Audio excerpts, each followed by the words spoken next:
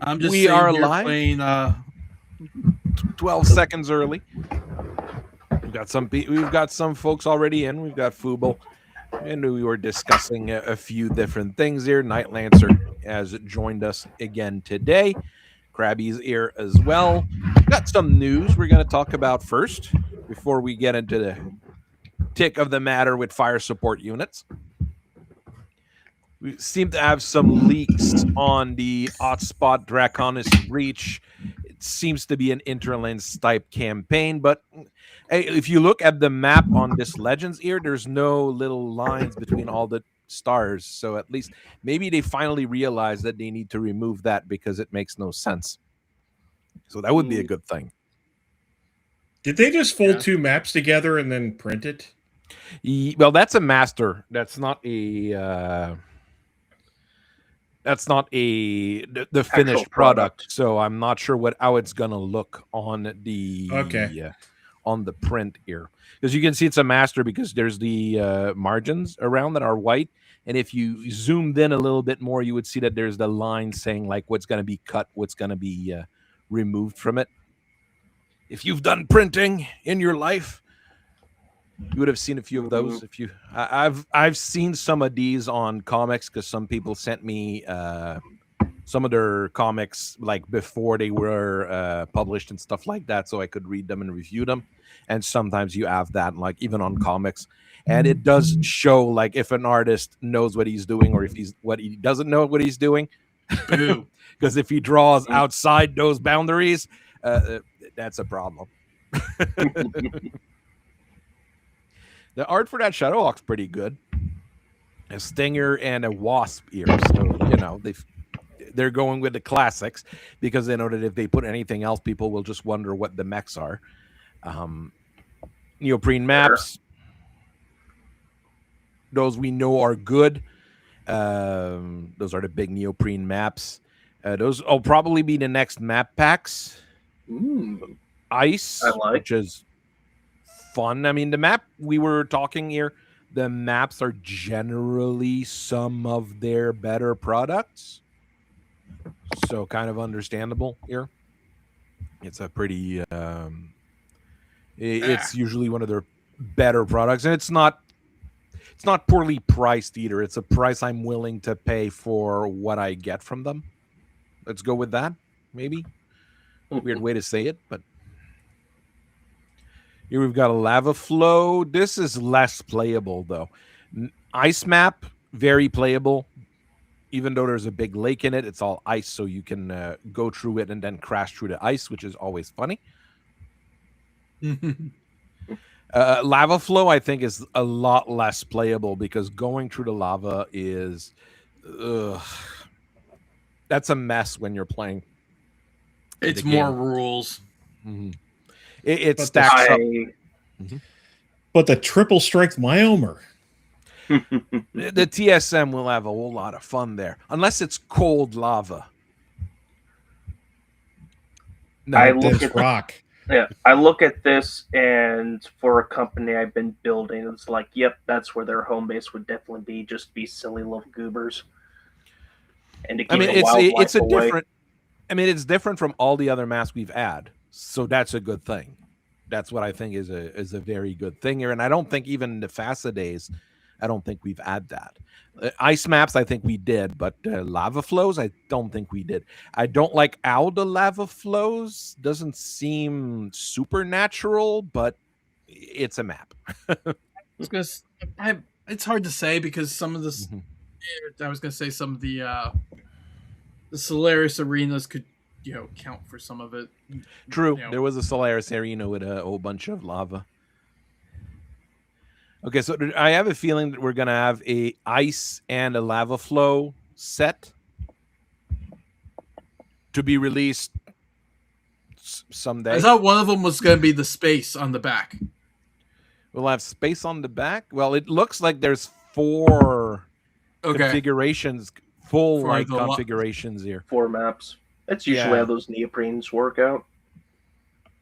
So the space will be its own thing. Got some Shilones here, Shilone. I think it's actually. I don't know. We're supposed to say that. Actually, I think that's just a generic space. I swear I've seen that before somewhere, but I want to say it's on the back of one of the maps. That's going to be the back. It might be a generic space thing that they put X's on.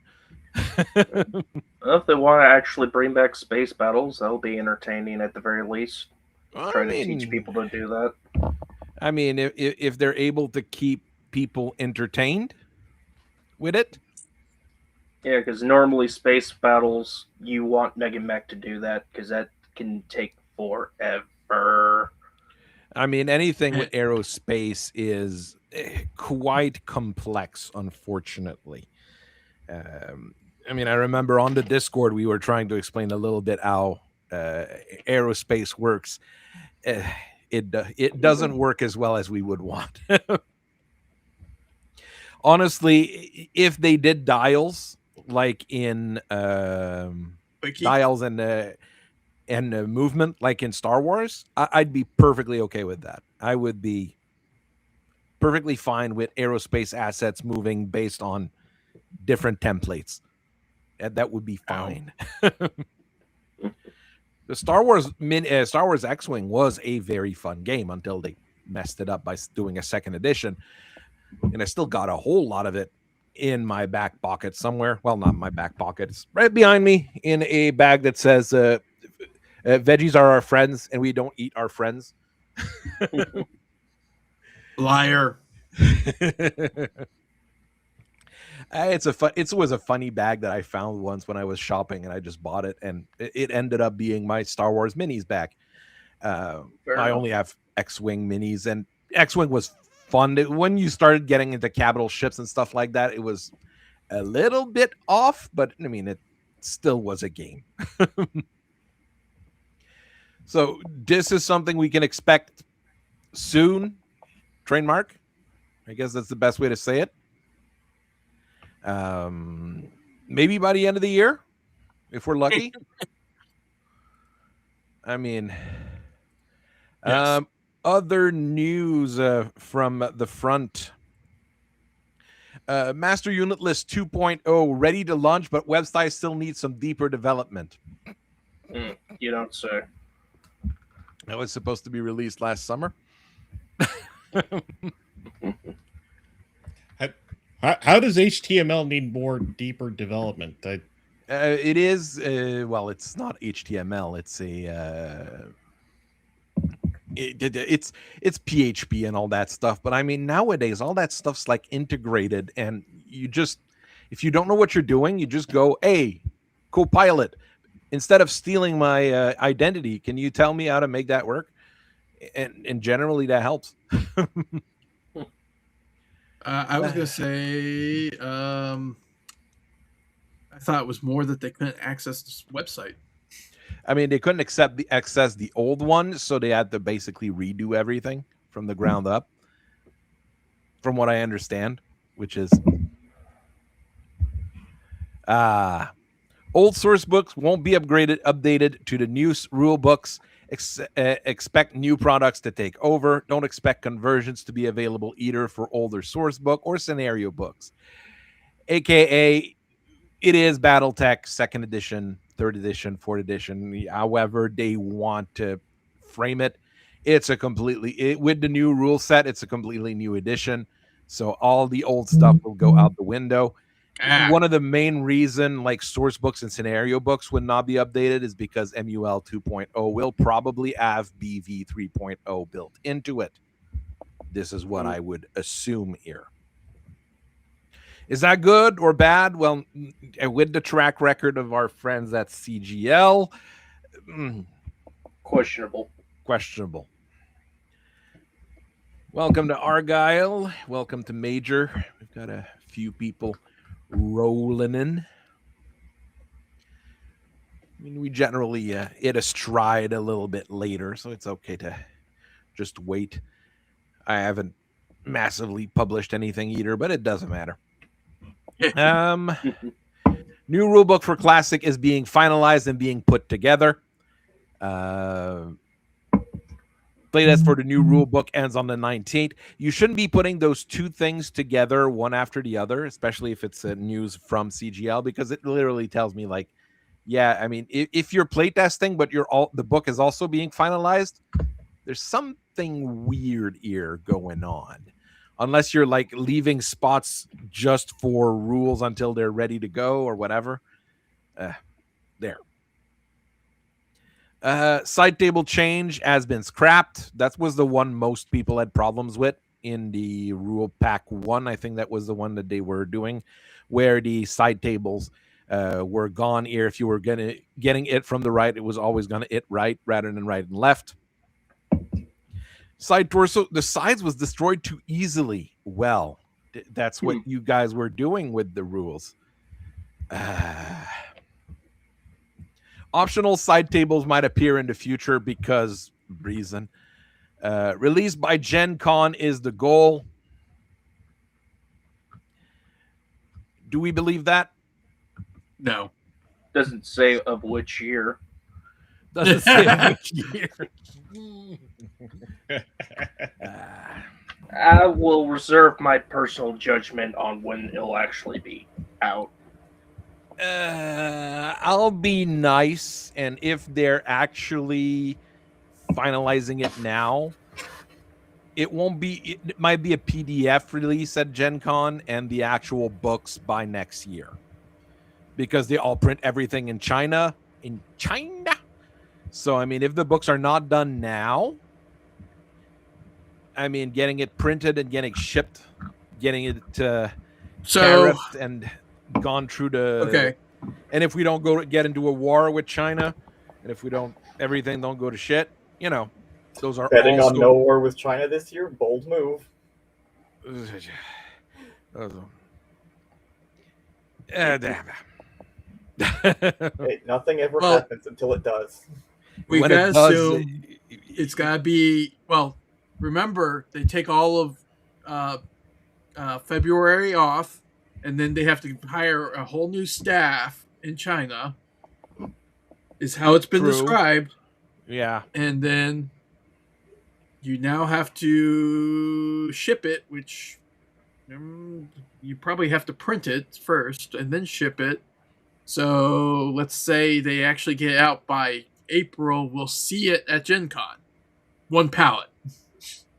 Yeah, I mean, if we're lucky, like I said, once again, there might be a whole lot of things going on by then.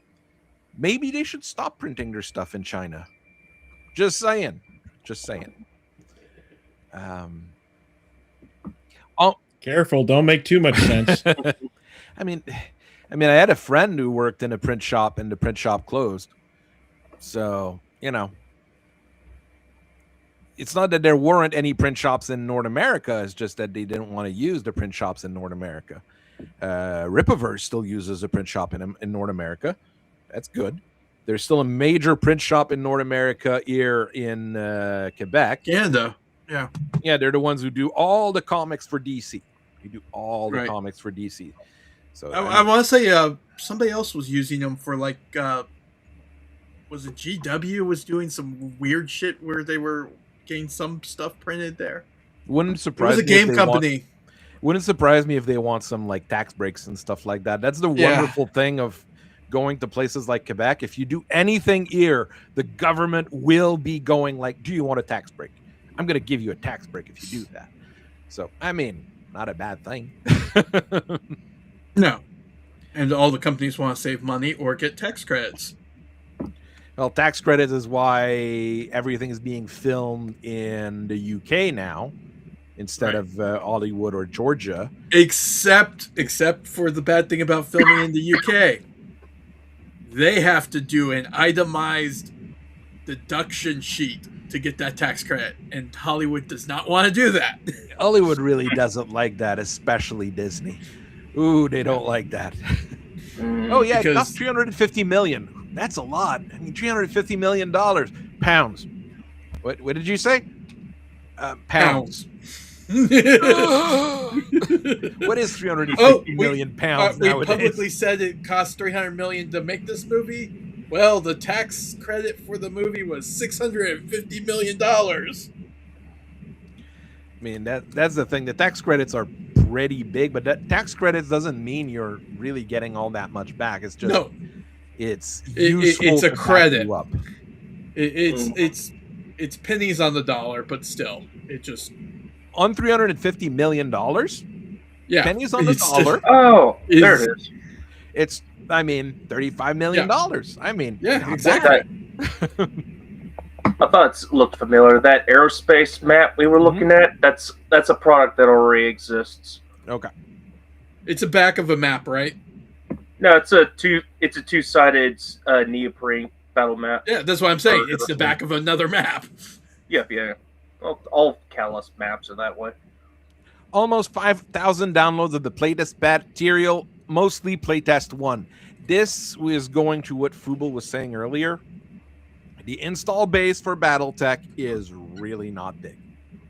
It really is smaller than we think. Because if it was like there was 5,000 download of playtest material 1, I'd be like, that's fine. I mean, not too terrible. But that's 5,000 download in total of 6 different playtest material. So, ouch. It's not as much as you would want. per unit. Oh, you can easily think the first one was probably around 2,500 of those. Yep. Because people were like, hey, what is it? You know. Aerospace is the artist section. They keep trying to invent new games for aerospace every single time, so that explains why.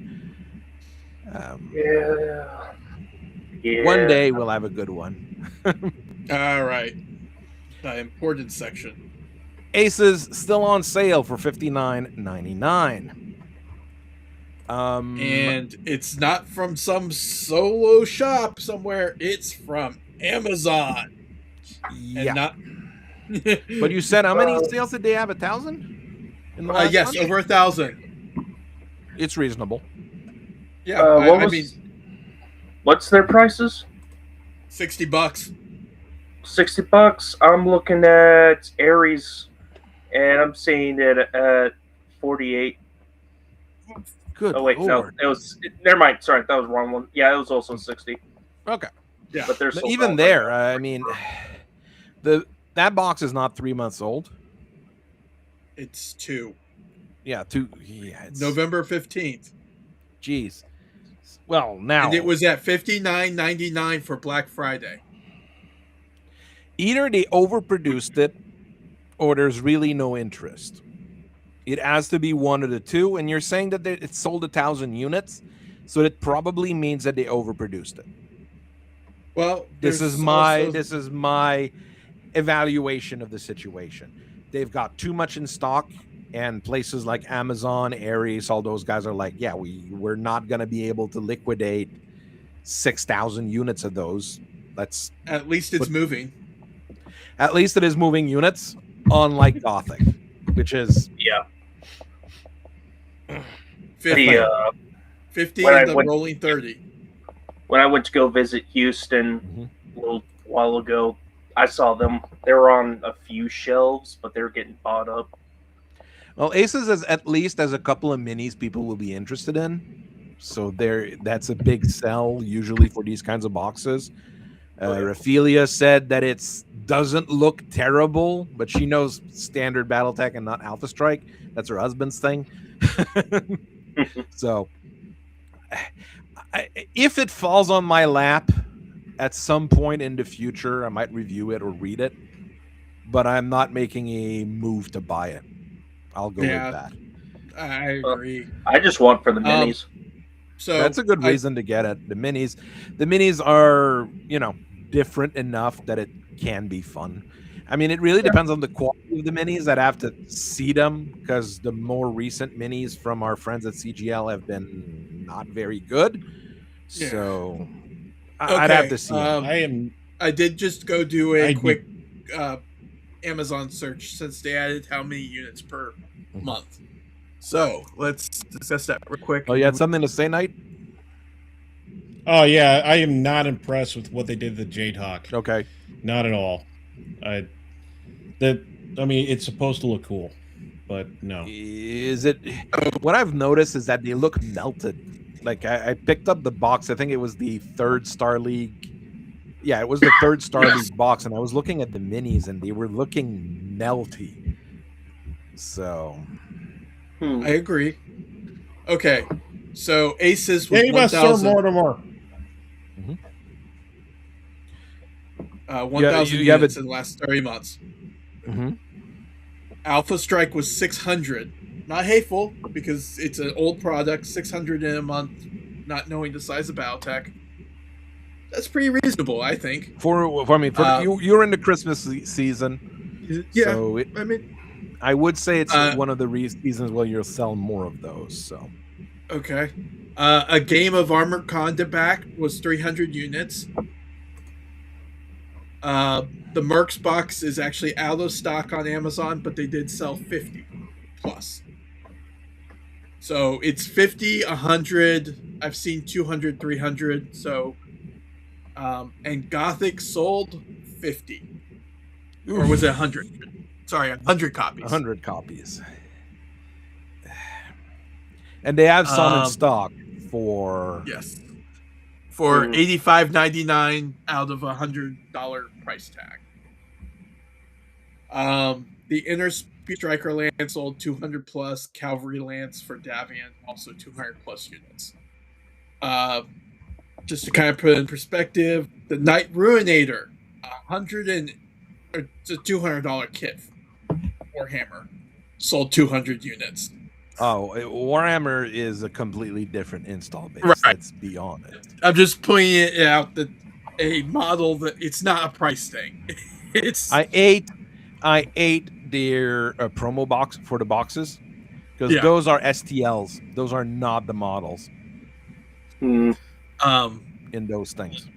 And then for Crisis Protocol, I just looked really quickly.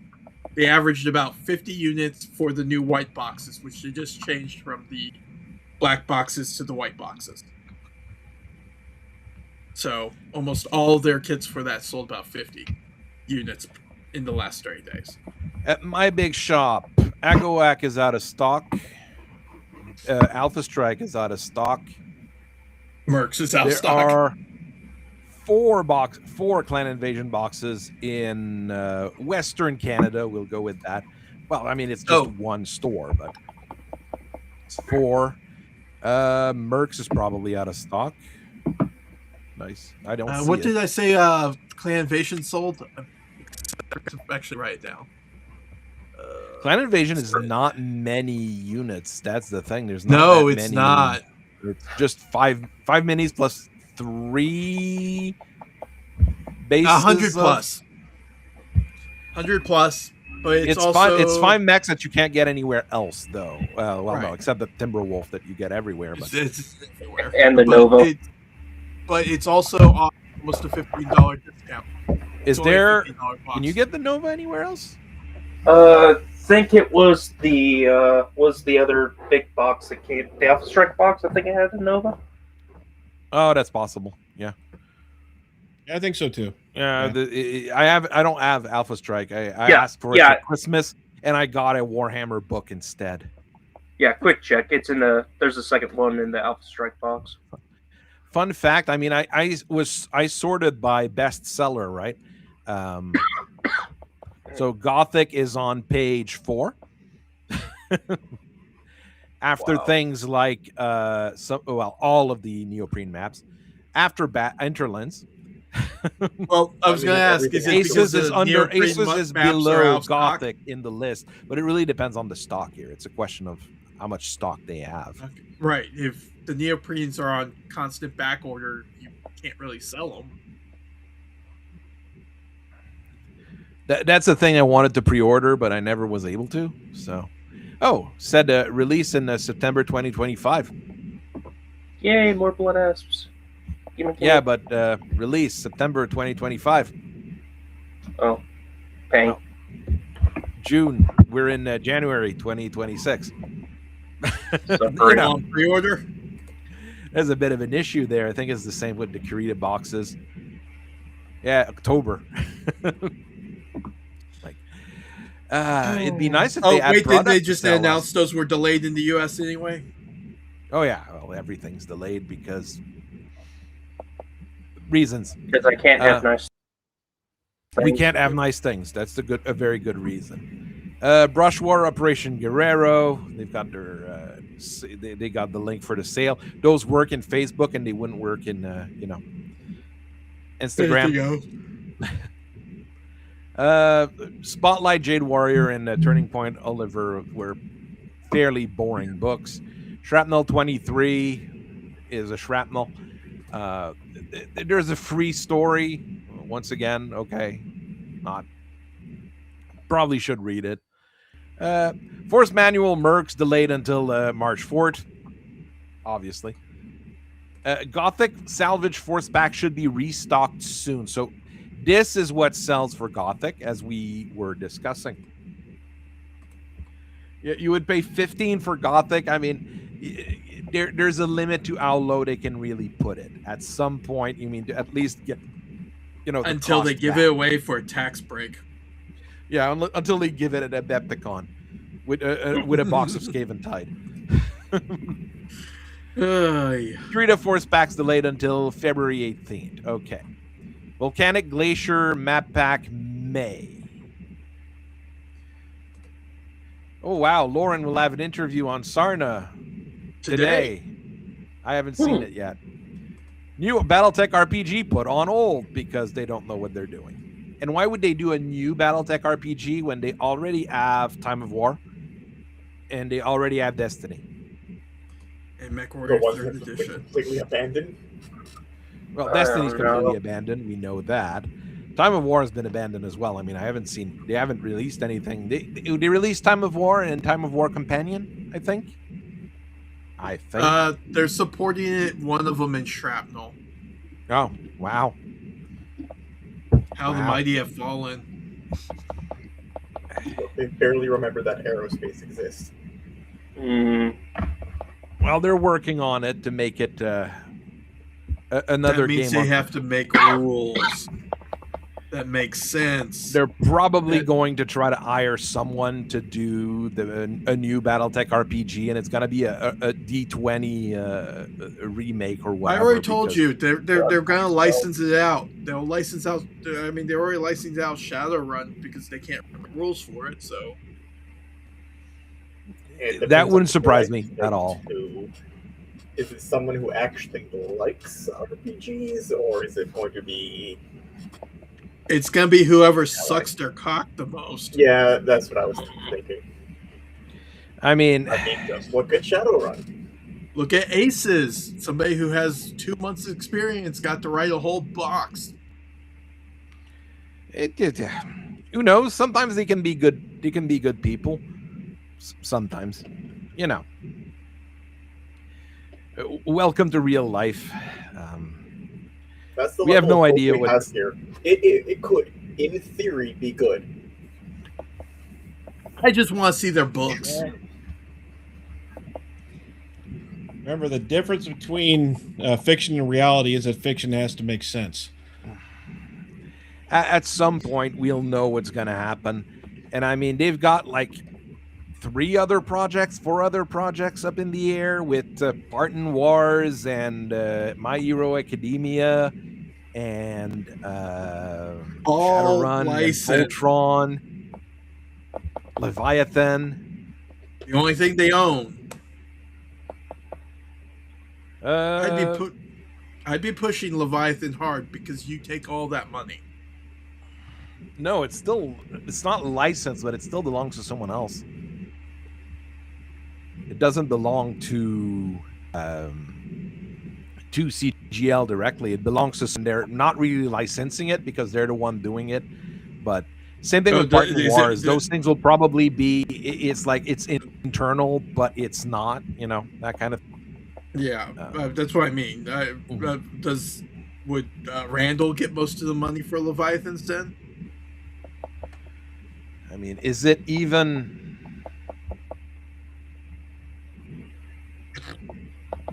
Free PDFs. Do they even sell anything for Leviathan yet? I don't think so.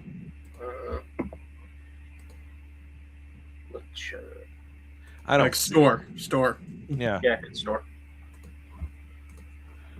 I don't know if everybody's got their stuff for it. No. No, doesn't look Well, I like mean, people don't have all their stuff for Mercenaries yet, so there's a story. There's a story. That's all There's old. an anthology. British printable fleet. The guide to tactics is from the original time. Okay. Actually, almost everything here, except the novel, is from the original. I'm just really not impressed by this here. Part of Wars. Is that what it's called? I think it's what it's called. Part of Wars miniature game Kickstarter. Where does it stand now? It gained no followers on the Notify Me on launch. Ouch. Since last time I checked it. Ouch. So this is dead in the water. This is completely dead. It's not that there's nobody interested in it. I'm pretty sure there'd be people that'd be decently interested or whatever. But, well, first, that particular setting has one book. You know, there's the lock. They look like Stormcast. And yes, there's nothing special or nothing really cool about those minis. There's nothing that is going to sell here on there. My Hero Academia, they were supposed to drop it in December for their Kickstarter. We haven't heard anything from it. Just click on Catalyst. Oh, I was gonna say you could just. No, just yeah, no, it could be there. We'll check. We've got no reason not to. Yeah. Repeat creator and super backer. Wow. Oh, the user's profile is private. Voltron. Nothing to see here, folks. Frostpunk, I haven't heard anything about that. Voltron, I haven't heard anything since that campaign. You know. Those overperformed massively. Yeah. Mercenaries and Clan Invasion overperformed by a huge margin. So that's good for them, but I mean, they even still never Leviathan got everything that was supposed to. yeah, there's that. Well, we've been told for what? That the novel from the Clan Invasion Kickstarter, or was it Mercs? Origins of Wolf's Dragoons has been half done for 3 years. I mean, there's people that haven't received all their stuff yet for that. Most people haven't received all their stuff for Mercenaries yet. Oh, here's their actual play video for My Hero Academia. And Crunchyroll. 611 views.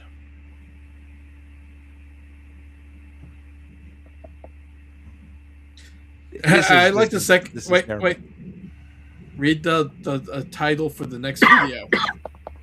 Catalyst is addicted to Kickstarter. They're not the only company in that particular group. I'm surprised that Gothic was not kickstarted to begin with.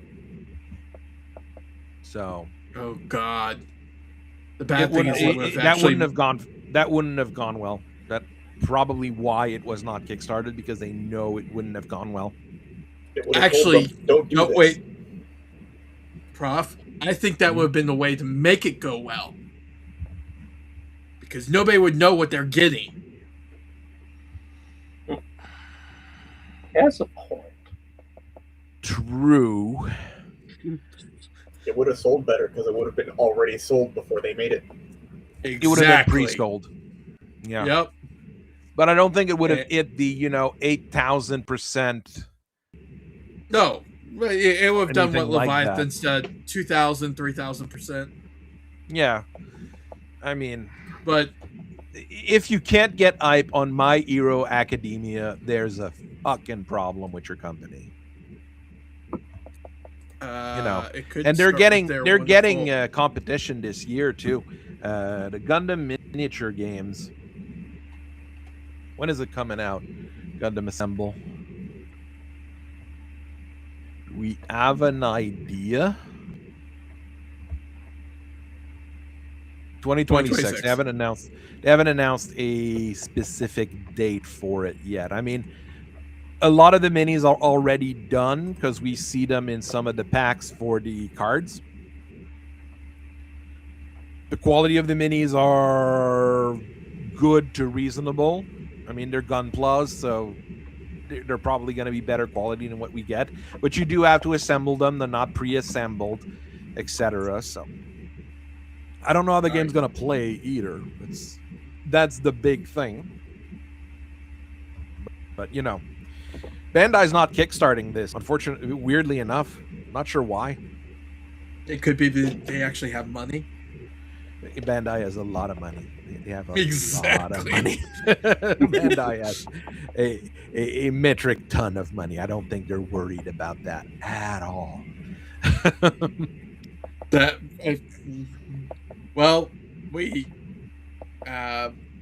I don't want to say it, but you know, we could allegedly say that CGL is committing just nothing but a pyramid scheme for all the Kickstarters. But hey, we'd have to see their books. We'd have to see their books. It's really a question of how much are they borrowing off the money they're getting through the Kickstarter to do other things, which is never an easy thing to say. But if any dollars for one Kickstarter goes to another Kickstarter, it would literally be a pyramid scheme under U.S. law. Yeah, but they wouldn't be the only ones doing it. I know, but I'm just... It's one of those things they can't afford the bribe money. That's what And they're big enough that people pay attention to that. They're big enough that people would ask for bribe money. Mm-hmm. Well, you know, the guy, the comic creator, doing not as much. Could a certain person, who I will refuse to name, got in the job because they were blackmailing? Like we've talked about in other industries where, say, in the movie industry, a certain company comes up and says, we are going to basically blackmail you by producing a bunch of bot farms to say your movie's shit. Pay me or give me a job. I have no idea. I'm not gonna go any deeper than that. We're gonna have to.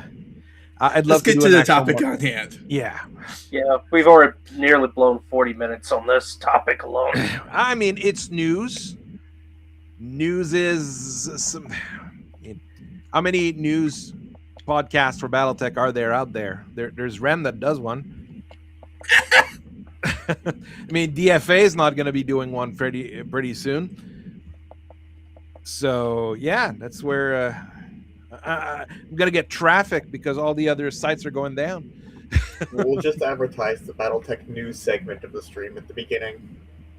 There we go. Well, you have to. You have to. There's still the shell. Oh yeah. All right, fire support. We talked about troopers. We talked about cavalry. I went with fire support. I might actually have a little bit of fun in the near future, and we might do actual military organization stuff. Battletech doesn't recognize, trooper, cavalry, or fire support as actual roles because they invented roles like Juggernaut and Brawler and Missile Boat, which don't make sense as far as the military goes, but it makes sense as far as, you know, players on the table goes. I was gonna say, and if you were around long enough, you would remember that they used to make mini boxes from Ral Partha that were called Fire Support, Scout. Yep. Mm-hmm. They do. It's mostly listed under the Fire Lance rules or roles, and those get split up by like anti-air, artillery, direct fire, fire support, and then light fire. Oh, so it's a legitimate under campaign ops. Yeah. Mm-hmm. Yeah. Which is, it's really broad. So lot Oh, of they have certain requirements. Yep. Light lands. 75 The old box art was really on point. Yep. Scout lance. The fire lance with the Archer. Warhammer's like counts as it was a lance of 4 Yes. heavy mechs. They still have the rainbow flag on Battletech Yes. in fucking January. Really? That means they'd actually probably have to have the password to change it. Never mind. You had to think about that one, didn't you? The one group that is fairly small is always the actual fire support mechs, the artillery mechs, because everything else is close support. I mean, even a mech sniper would be considered close support if we go by the rules, because the rules say that a machine gun has a range of 90 meters. I'm pretty sure anybody that's ever fired a machine gun knows that you can usually hit and damage things further away than 90 meters with even, a standard 50 cal or something like that. They can reach out. I mean, some of us here are Canadian, so we've never touched a gun outside of an airsoft gun. But, some of you are American. Americans know how things work. And then we put all the ranges in metric, so they have no idea. There we go. That's why the cop fired a 45 millimeter shell rather than a .45. I don't know. Well, we are also the country that couldn't figure out why a 3-pound burger that wouldn't sell versus a 1/4-pounder burger. Oh yes, well that was the wonderful world of A&W versus McDonald's. A 3-pounder burger is bigger, but it says 1.3. Oh Jesus! McDonald's actually had that issue on their own menu. Yeah. In our defense, we're pretty good at converting metrics to imperial on the fly. Like, 40, 4/10 of an inch. That's 10 millimeter. Ask me how I know. It's the one you're missing. So many sockets. So many sockets. In the list for the actual artillery mech, I pulled what I found, and I think I've got. There is at least one catapult that has an Aero 4? Yeah. Or is there more than one? I believe there's just the one. Just the one? Because it's the one that annoyed a few people. No, there's two. The C3 and the C5. All right. The C3 removes both LRM-15 to put an Aero 4, and that frustrated a few people because they like playing the catapult, and when the technical readout and 3050 and the reinforcement 3050 came out, reinforcement 2, well, I mean, it's kind of hard to play an Aero 4 mech when you were used to using, a paired LRM-15 mech. And you only have 5 reload of that Aero 4. Computer, show me Aero 4 mechs. The C5, a little bit better. You've got endo steel, improved double heat sinks. You have ER medium lasers and 4 tons of ammo. Yeah. So, this is an actual artillery mech. It actually works. This one here is an artillery mech that doesn't work. Well, the it's other one is an artillery mech. That's just 4 nukes. Well, no, on the C3, you just park the J27 next to it. Danky's coming, unfortunately. Yeah, the C3, you have to park the J27 next to it. Once it's done, you reload it. The problem is the Aero 4 only has a range of 6 maps, or someone's going to catch up to you at some point. Well, you hope that by the time that the second one is in the air, you hopefully take it out. The original artillery mech is the Alepolis. I mean, it's a late addition to the game, though. I mean, technical readout 3075, so it's kind of late. It's in that Age of War era. Yeah, primitives. But I mean, it's got a sniper.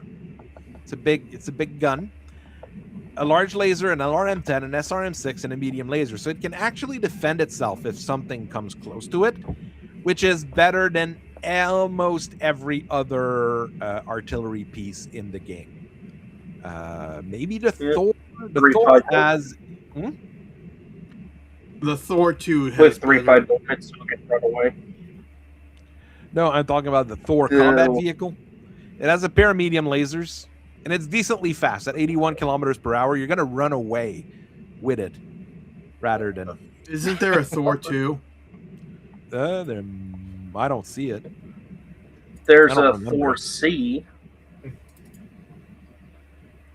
It has 2 ER medium lasers instead of the 2 medium lasers. I mean, it's got some defense. It's actually not poorly armored. 7.5 tons of ferrofibrous on a vehicle is reasonable, and it's 5.8. Yeah, it's fast for an artillery truck. So I mean, the Thor is not terrible. It's actually one of the better artillery vehicle, in my opinion. And when I did my review of artillery vehicles, I mean, my favorite remained the Padilla, that one. Tortilla. Padilla. The Padilla and the shrapnel, or what is it? Shrapnel. What's the other one name? Oh, now I'm gonna go inside because I'm thinking of it too. we're all thinking of it and we can't remember it. It was in 2750, the one with more armor in the back than in the front because it's meant to run away. Chaparral. The Chappie and the Patty. Hey, I was close. Close enough. The Chaparral Roan tank. I mean, the Chaparral is also quite reasonable. And the fact, like I said, that it has more armor in the rear and an SRM-6 in the rear to defend itself because it's meant to run away if someone gets close to it. It works. It's Chappie and Patty. And those are 2 reasonable artillery tanks. But the Alepolis is able to actually fight you if you get next to it rather than, just running away, which is what the other 2 are meant to do. I mean, 13 tons of armor on a 75-tonner, that's quite a bit. The only reason I'm not running a Holopolis in the campaign that Stefan Amaris is starting on Saturday is solely because the idea is start out with Pimptastic Star League mechs and not only see how long we can keep them running for, but until we have to start downgrading them, but just like see how long we can survive with our main characters and then their progeny throughout the Succession Wars and stuff. And I'm sitting here and I'm like, man, I want to do a Holopolis, but like, as soon as we lose that technology, it's just going to be yet another mech with an AC-20. I mean, you don't lose the sniper. What you lose is double heat sinks on there. Double heat sinks in case. You don't lose much. So I thought like a lot of artillery pieces kind of go out. Arrow 4, basically. They can't even post interviews on time. The cheapest way, if you want just thumpers on the field, is just take field platoons of infantry. Because those are like, it's less than 100 BV. Well, what I would do as well, it's less than 90 BV. Yeah, a bunch of get people with artillery pieces and just use them. It's just that it's less mobile than mobile artillery. I mean, the Tumper itself, the Tumper combat vehicle is cheap as well. I have 2 models of the no, not the Thumper. I'm thinking about the Thor is what I have 2 of the Ironwind Metal models. Okay, the Thumper's the one I was thinking that there was a 2 of. The Thumper is 2 million is a weirdo. 2 million Seabill is cheap for a vehicle, and it's 731 BV. It gets introduced. It gets introduced in Clicky Tech, like many things, and then TRO 3075, the new Dallas Memory Core, reveals that very vehicle to us and says, "Oh yeah, by the way, it's been here throughout. It's just folks didn't know or folks didn't notice it." It's because like, it's the thanks, thing that would have was been handy during the clan invasion, wouldn't it? No, here's the thing. It says the internal combustion engine version of it, which is probably like 500,000 C-bills, is so cheap and so common that people don't even realize that it's a thing you have. It'd be like that, like the Guderian tank that I created out of nowhere. I mean, it would be one of those things like everybody has it. Everybody has tons of them. Everybody uses them for everything. So the act of putting naval ordnance on a tracked or wheeled chassis to be mobile behind the front lines has been with us since like 1916. It's just FOSSA never. It's like these things went extinct, but then in the jihad it was like, oh, these things have always been here. It's like, well, I didn't hear about these during the clan invasion. Would have been really tight if we'd have had those. I'm seeing it cost 828,000 C-bills. 828,000? It's less than a million C-bill for an artillery piece that's wheeled. The only problem I can see with it is that because they're over 50 tons, they can't fit in a light vehicle bay for your dropships. So you actually have to bring something a bit heavier. Well, no, that's the thing. That's the kind of vehicle you don't bring in a dropship. You just have like companies of them on on every planet because it's just a thing that you have in large quantities. But yeah, if you want an Alepolis in a campaign like that, you start it out, it has double heat sinks and case, and later on it becomes an Alepolis 2X with single sinks and no case. Look at who makes it. Vest. No. Look who makes it. Mitchell Vehicles. Mitchell Vehicles has been around since 2108. They've always been around. Right. I'm just saying. Problem is, all their factories have been destroyed, and keeps getting destroyed. So, I mean, it's a mech that's been around since forever. If you look at the lore, during the Succession War, it would have been the 2X version that would have been running around, and I'm sure people would have been running it around. It wouldn't have been completely extinct at the time. There's nothing super complex about this mech in the end. Then we've got our good friend. I might have to make an argument to keep me in a Helepolis. The only thing being that we don't necessarily want the artillery mech to be a direct line, direct fire combatant. You don't have to get a direct line of fire. It's just that if you do get cut out, you're not completely screwed. Yeah, because you have that large laser, those LRMs, those SRMs, that medium laser. It actually is going to be able to defend itself way better than a Naga. Oh, truly. Because a Naga has a pair of Aero 4s in every single configuration because they're built in. Well, just always remember, the modern version, the 4H, is always on the Solaris list.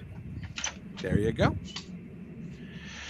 Artillery is just really strange in Battletech because if you fire over 17 hexes, you have to start measuring with flight times, and anything between like 6 and 7 hexes is like your only direct fire range, and anything closer than 6 you can't fire it. It's something weird like that. It's in TAC Ops. Is it 9 map sheets is the 1 turn range for an Aero 4?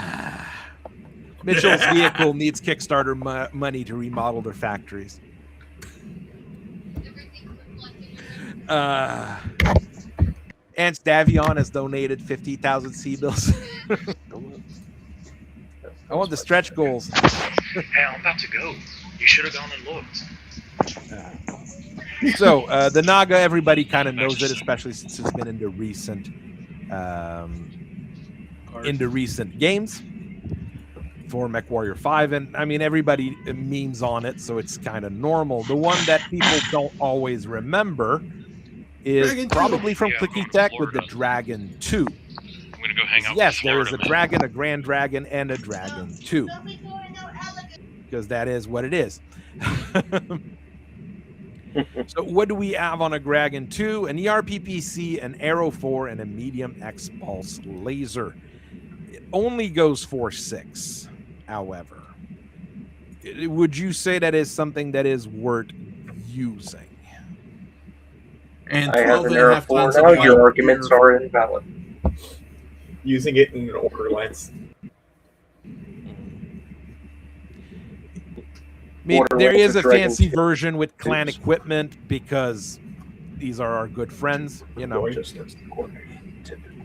Our good friends from the Draconis Combine stealing stuff from the Nova Cats. This one is a lot more scary with a clan ERPPC and a medium pulse laser. Clan medium pulse laser. So, and a mask. Random people. But like Pharaoh armor. I mean, it's not an Omni mech. I mean, Light Pharaoh works. If you've got 7 slots left and you don't know what to do with it, why not use it and get 6% more armor? And it's already got endo steel, so. The ammo's protect case too on that one too. It still has the maximum amount of armor points. But it has a B pod on the upgrade version. Yeah, that's just weird. I mean, it is an odd-looking duck. It's like a. It looks like a thug. Yeah, it's got thug vibes. Yeah, kind of. It doesn't have any of the missiles in the nose. They chopped the nose and then stuck the missiles on the back instead because they didn't want to. I'd like it with a Thunderbolt 20 instead. Direct. I could see that. I mean, stick a Thunderbolt 20 instead of the Arrow 4. I'd like it a little bit more. But then again, it wouldn't be an artillery mech anymore. It would be a hybrid mech because it has that ERPPC and that missile for the big Thunderbolt. So there you go. There is a Pillager with an Arrow 4. Because... Why not? Why not? Pillager 5L makes room for an Arrow 4 and 3 tons of ammo and a Gauss rifle. Hey, did we answer the question as to whether or not the Dragon 2 as to whether or not the Dragon 2 is in fact a trooper mech like the Dragon? No, it's an artillery mech, okay? Who says a trooper can't have artillery? I mean, in Starship Trooper, they do have nuclear warheads on their battle armors, but Starship Trooper is special. It's the granddaddy of them all. It is the granddaddy of them all. Close support nuclear weapons. It was a thing in the 60s, okay? So, like nuclear artillery, you know, stick a nuclear shell in your outshoot it at something. That's even better. Nuclear even mines. Better, and even better because I've seen the Atomic Annie at the Fort Sill Artillery Museum. She is gargantuan. That's a big bitch. Even sicker is what if we had a recoilless rifle-sized weapon that we could put on the back of the Jeep and put a 1.5 kiloton warhead on it and just boop, at a big bunker or something. Yeah, we're gonna get caught in the blast radius, but. And hopefully, maybe we might drive away fast enough, but we're in a Jeep. Well, it's a 19th century version of Be a Man. Be a Man, okay. We'll go with that as an answer. Just take iodine. They're extremely inaccurate, but who cares? It's 2 kilotons.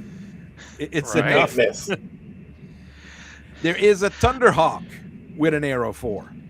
Love it. Thunderhawk, when you want to be a command mech and fire support, because troopers go forward, not you.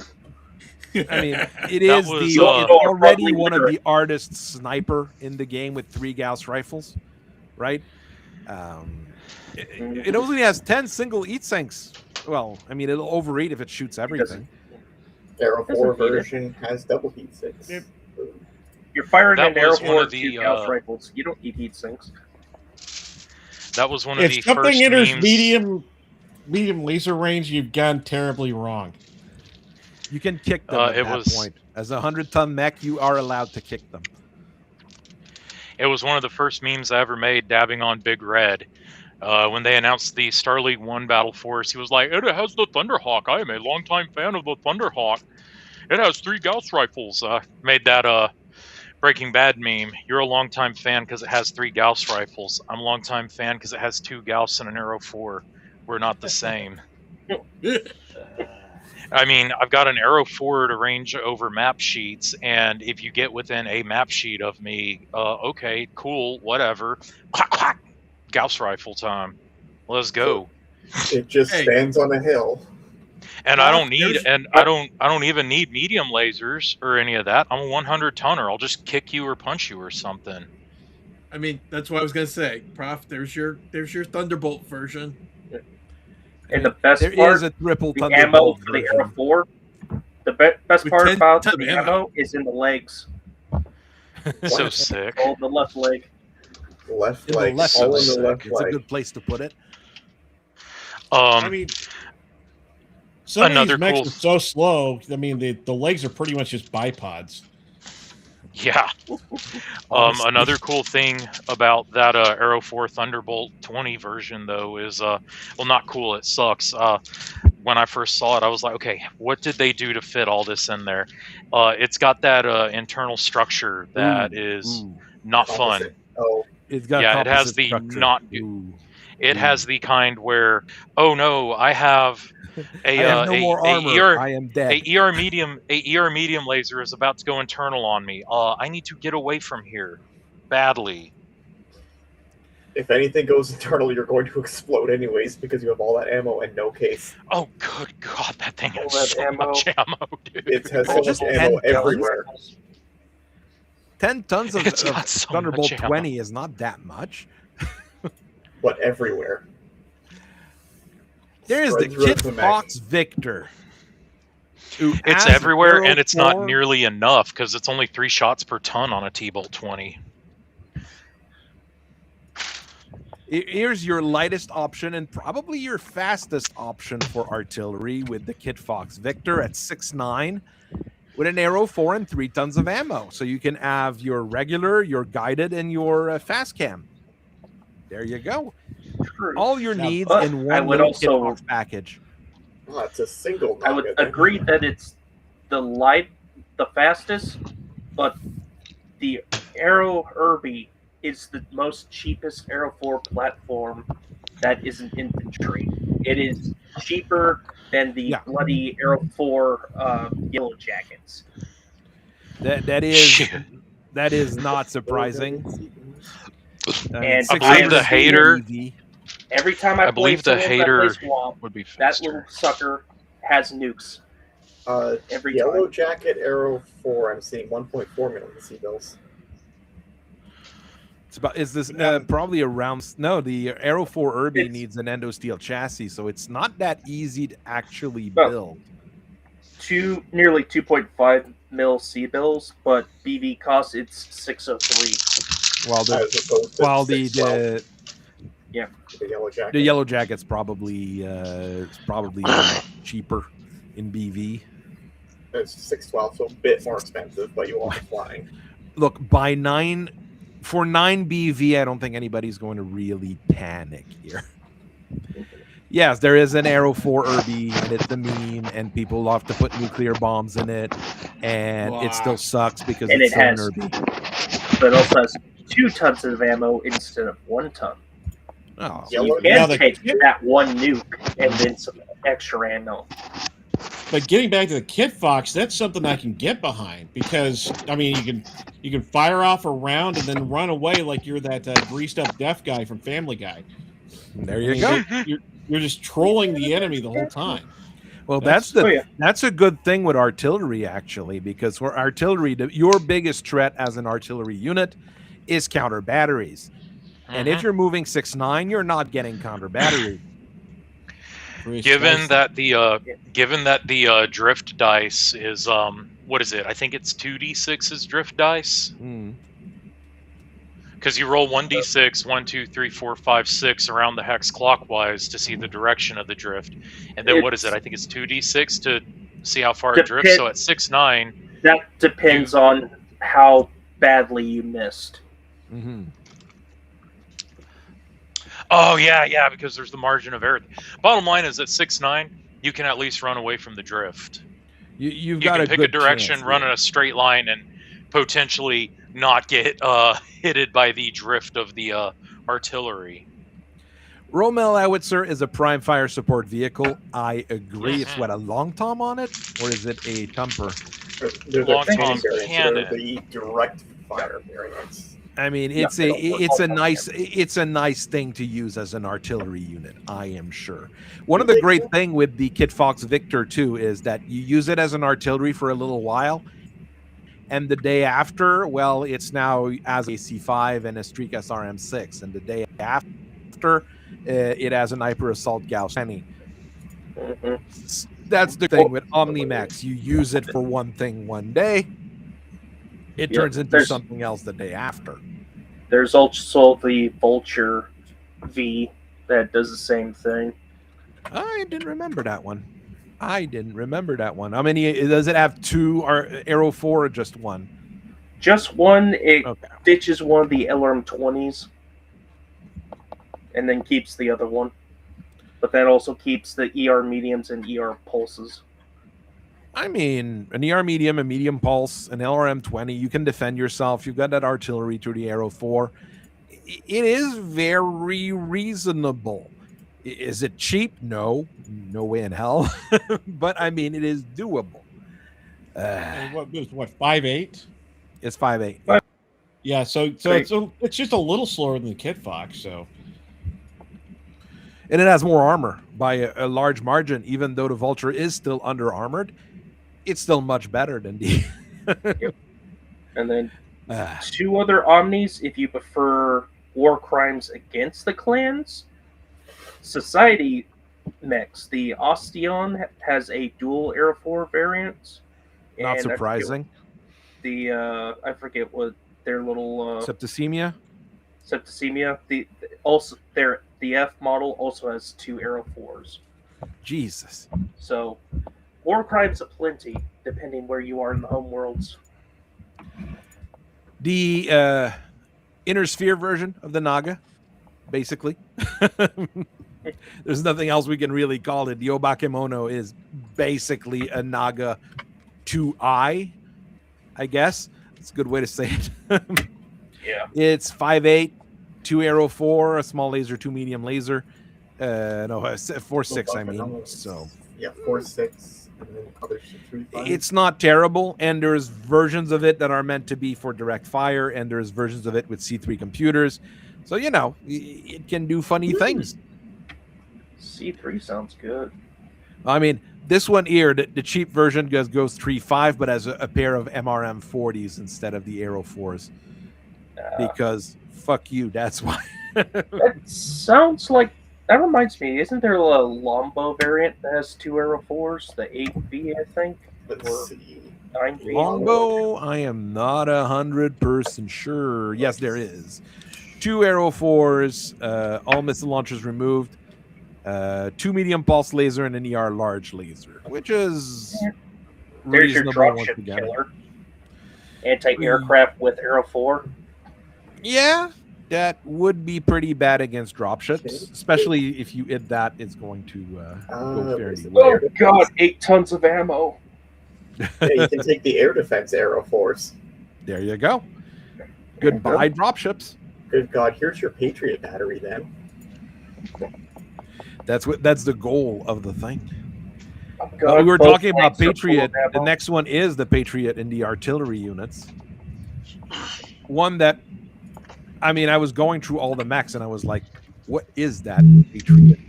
So, it has an Aero 4, an heavy PPC, and an anti-missile system. There you go. Never heard of a Patriot before. What makes that? Ronin Incorporated in the Free Worlds League. That's why. Ronin is a minor manufacturer. Yeah, it's they make spares for everybody else. Ostwars, Warhammers, Patriots, and Ostroks. But I mean, Aero 4 Heavy PPC is an odd combo, but it's a 65 tonner, so it's not that heavy. It carries its own tag. It has its own tag. There you go. If you're firing your tag at a unit, you can't exactly direct fire arrow 4. Let's go. Direct fire homing arrow 4. You have your entire lance of Patriot, and one tags, and the other 3 shoot at it. Oh, you can fire after the. You can fire after the fact. Tag is before the shooting phase. I know. Does that work? You have an ECM on there as well, which is actually practical in that kind of thing. And 12 tons of armor on a 65-tonner. It's not bad. It says that it's a command mech, but it doesn't have the command mech perk. It has stable and protected actuators. I didn't even remember it existed, so that's a bad sign. I thought it was a Lyran mech with an Arrow 4. I didn't realize the Free Worlds League had such a fine specimen of a mech at their disposal. But having ECM on it's cool because you turn that thing on to do ghost targets. And in theory, because I don't quite know the counter battery, I know that if you're doing artillery and map sheets, you do have an optional rule for counter battery fire, and I don't know how it works, but it stands to reason that if you have ECM making ghost targets, that would just make finding the other battery harder. That's a good thing. Yeah, counter battery when you're on a map sheet, Mega Mech kind of simplifies it as usual. Your counter battering, you roll to hits. You're probably going to miss the first or second time, but every time you do it, it's as if you're firing at the same hex over and over again. So progressively, you get better odds of hitting the other unit, and if you do, then they take damage. Just load one up. Do a lance and load one up with nukes, and you're good. It might go in a command lance. In a command lance, that's the kind of thing you might have with the Cyclops, with the deployable kit and all that stuff. I mean, it just stays in the back and does funny stuff. We just talked about the longbow major, so there is one like that. And the last one I add for the artillery guys was the Bowman, which is another odd duck in the list of artillery mechs. Of artillery mechs. Oh, someone's feeding. Okay, no. Okay, we're good. So it's a clan machine with an Arrow 4, an LRM-20, 3 ER medium lasers. So, I mean, it is able to defend itself quite well, like the Alepolis. It has 4 anti-personnel pods, which you remove and put anything else. More armor. Put a cheese dispenser. It's going to be more useful. It's going to be more useful. More Arrow 4 bullets. More Arrow 4 bullets. More Arrow 4 bullets. Oh, you're feeding Tanky. Either go back to your mic or your headset, if possible. So there's one version with 2 LRM-20s, an AG-20, and ATMs. It always kind of sticks in that particular role of fire support. And there's a version with a pair of Arrow 4 and a pair of A-pods in each legs for defense. Just remove those and put machine guns or something. It'll be more useful. Just have the exploding machine gun knees, and it's going to be nicer. I just noticed, look at the speed. Mm-hmm. This is an Arrow 4 mech, which one option has option of 2 launchers, and it goes 5.8. Truly, this is a Hell's Horse mech. The Niles Industriplex Upsilon, yes, it is the Ellsworth mechs that Lord of All Ducks was talking about. Well, I mean, there's vehicles for it, I am sure here. The Destrier has 2 long tom cannons. There's a couple of vehicles that are quite silly. We're really trying to focus on put the a long tom in a trailer and then just pull it around with anything with a trailer hitch. There you go. Yeah, there's a very silly super heavy that's on the mercenary list that's like that. The Testudo, is it? No, the Testudo is an Arrow 4 for the main battle which tank. is hilarious. Which one? I think it's like 150 tonner. I just can't remember the name off the top of my head. I remember the picture of the vehicle you're talking about, but I can't remember what the Tempo? Not the Paladin. Paladin. That might, or yes. Paladin or the Ballista. No, Ballista's just an average just a trailer. Paladin defense system. 130 tons with heavy ferrofibrous armor. It goes at a top speed of 30 kilometers per hour. 2 long toms, 2 ER medium lasers, and 2 machine guns. And it just decides what it deletes every couple minutes. I remember in Clicky Tech, that thing, you park it at the end of your board, it gives 2 armor piercing damage, and if you place the pogs just right, you have a 94% chance of hitting your target every time. It was broken. That's nasty. I mean, it uses a massive XL engine. Jeez. I mean, it's what artillery would look like in these kinds of situations. So I agree with that. And at 200 tons, you have another siege vehicle. Who makes that? Fed sounds fun. For mechs, after the artillery bunch we just talked about here, I really split it between regular snipers, hybrids, who are able to do both the missile part and the snipering part, and the regular missile boats. And of course, here I don't think we're going to go through every single mech because there's quite a few of them. But there's there are what would you consider a sniper in a missile boat is the bigger question here. How do they determine unit roll?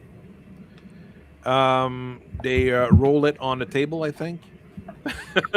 I have no idea. Damage type. They have a cat that has the 6 things underneath of it, and it just picks one. Because like campaign ops needs you to have units to have a specific role, so it can determine what type of formation they're a part of. Mm-hmm. But how do you determine that? It's part. Let's see. Here it is. Page was this 64 in campaign ops. Direct fire, which is where your snipers would be. 2 units of the formation needs to be heavier or larger. Well, all in this formation needs to deliver at least 10 points of damage at range of 18 hexes or more. So have a PPC. Yep, and then fire support, which is the missile boat one. At least 3 units in this formation must have a weapon capable of indirect fire. At least they've got a reason for the different things. I was a little bit more wild with what I was doing here because I was also looking at the weight of the units and a bit about the time frames as well, you know? Because, I mean, if you have a light mech with an ER large laser, I would say that's a sniper because it's all it's really going to be good for anyways. But I mean, if you have a single ER large laser on an assault mech, I don't think that makes you a sniper at that point. Even though you do that 10 point, if you were a clanner, you'd be doing that 10 point of damage at 18 range. Locust 2C with a ER large laser. There you go. It's somewhat a sniper. Yeah. There is a light fire lance that's like that. The bonus ability for it is hilarious.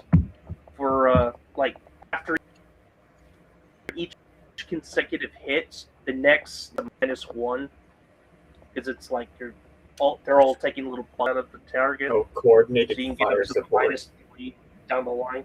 Yeah, that can be pretty nasty. But they all have to be like medium or lightweight. Cannot be heavier or assaults. Yeah. Lord of all ducks, I put a lot of stuff on that list here. The Bane, if you were looking for it, is all the way to the bottom here because I have got 74 units that I classified as snipers. So that's quite a bit here. 40 as hybrids, 37 as missile boats. And I mean, you could probably make this a lot more varied here. And like you were saying, the Timberwolf is a missile boat. It's really an hybrid, just like the Mad Dog in a way is an hybrid, because it can do. I mean, it has the missiles to do the missile boat thing with 2 LRM-20s. And I mean, it has the long range with the ER large lasers to do the sniper thing. So it really goes in. It's also OmniMech, so it depends on which config you're using. On my Mad Dogs, I always swap the, at least in the video games, I'll go with the video games there. I swap the large pulse lasers for ER large. Gives me a couple extra tons that I can stick in more ammo for the missile launchers in, which is a good thing because you kind of need it on a Mad Dog. You end up running out of ammo a little bit too quickly. Yes.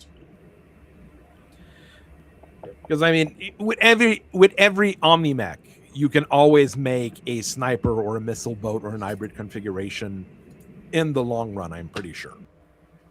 I mean, if you play around, you can probably do it. I mean, the Nova Cat as basically it's a sniper. The original Nova Cat is a sniper mech with 3 ER large and 2 ER PPCs.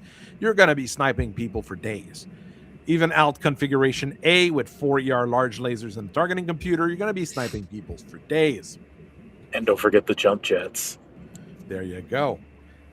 And the targeting configuration B with its 6 LRM-15. 6 LRM-15. That's a mid-range artillery mech. I mean, that's a missile boat. No questions to ask there. It's gonna. No, that's a close range brawler. True, you're a clanner. You're gonna walk up to the guy and press the tab key on your keyboard, and they're gonna blow up. Mad Cat well, B. Mad No, Cat Cat B, B, what do you do here? LBX at home. We have LBX at home. Yeah.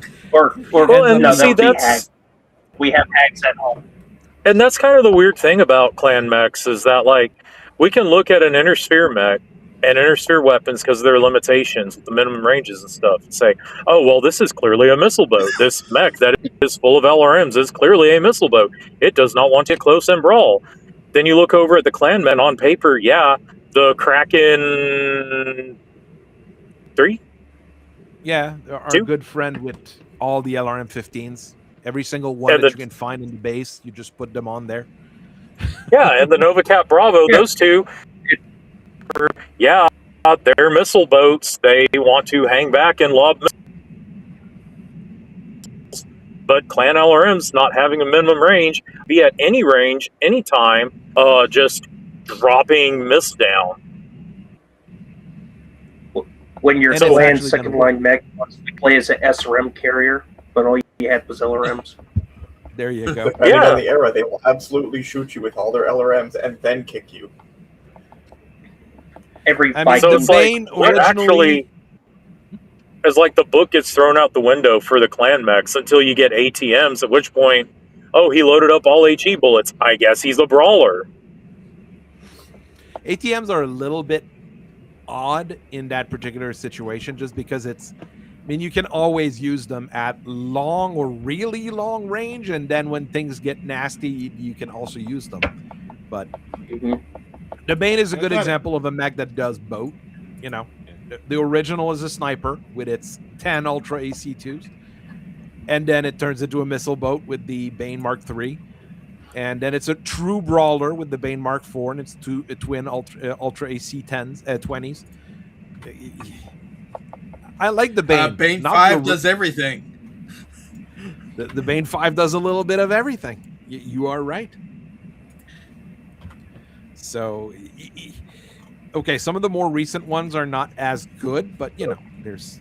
The 4, don't forget the 3 ATM 6s. With 4 tons of all for all your viewing pleasures. So it's like, I think there's a missile boat shooting at me, turns the corner, then you get double tapped AC-20s. But then again, aren't ATMs just direct line of fire only? Technically, yeah, it's improved ATMs that can indirect. But hey, it's a city fight. You're shooting around corners and buildings. Who's gonna know? I mean, not that I'm complaining. IATMs are the streak version, so but they're the There's IATMs have a streak lock-on system, yeah, but they can also indirect fire. This is the real reason why ATMs are broken and banned from a lot of tables. Oh, that makes the Turquoise even worse. Now you see why those are banned from tournaments. Yes, I see why they've been banned from the setting. From the setting. Yeah, you guys got bad enough that you got banned from the setting, right? After after the Jihad era, after the Wars of Reaving, the IATMs have effectively gone extinct from the setting. Well, that's the funny thing. When you read the book, the homeworld clans after the Wars of Reaving said, okay, all the genetic nerve gas stuff, that's disallowed. Can't have that again. This weird C3 thing that society came up with, Stone Lion, you can put that on tanks. No one else can touch that. Improved ATMs, improved heavy lasers, and all this other new toys, that is totally honorable because I said so. I mean, I like this. Goliath Scorpion made it with improved heavy lasers, so they're making that into the periphery. Everybody's got improved heavy lasers now, so there you go. But IATMs, that's scary. No. IATMs, I think, are still hiding into homeworld clans. If anyone goes back to the homeworld clans, the amount of improved ATMs go flying in their general direction because I think they're about the same weight. So any E variant of anything, just swap it out with the improved version, and you're set. Oh, Indirect fire, streak, infernos be upon ye.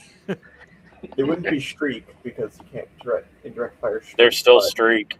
They're still streak. They do both. What? That's the thing about improved ATMs. They're streak and can indirect. That's even worse. It's beautiful. Whoa! Take 15 heat damage.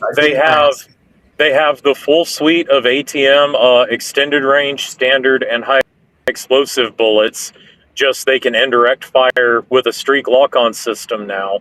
Then they added P bullet that has like 4 paragraphs worth of rules to say if this does go off and you do, it's going to cause the enemy mech to like heat, potentially shut down. And then they have it's a Clentech mech taser. Like, well, maybe the IATMs were not a good idea for the setting. Just saying. No, they're perfect. They're beautiful. My Adder 85 stuff, they have both.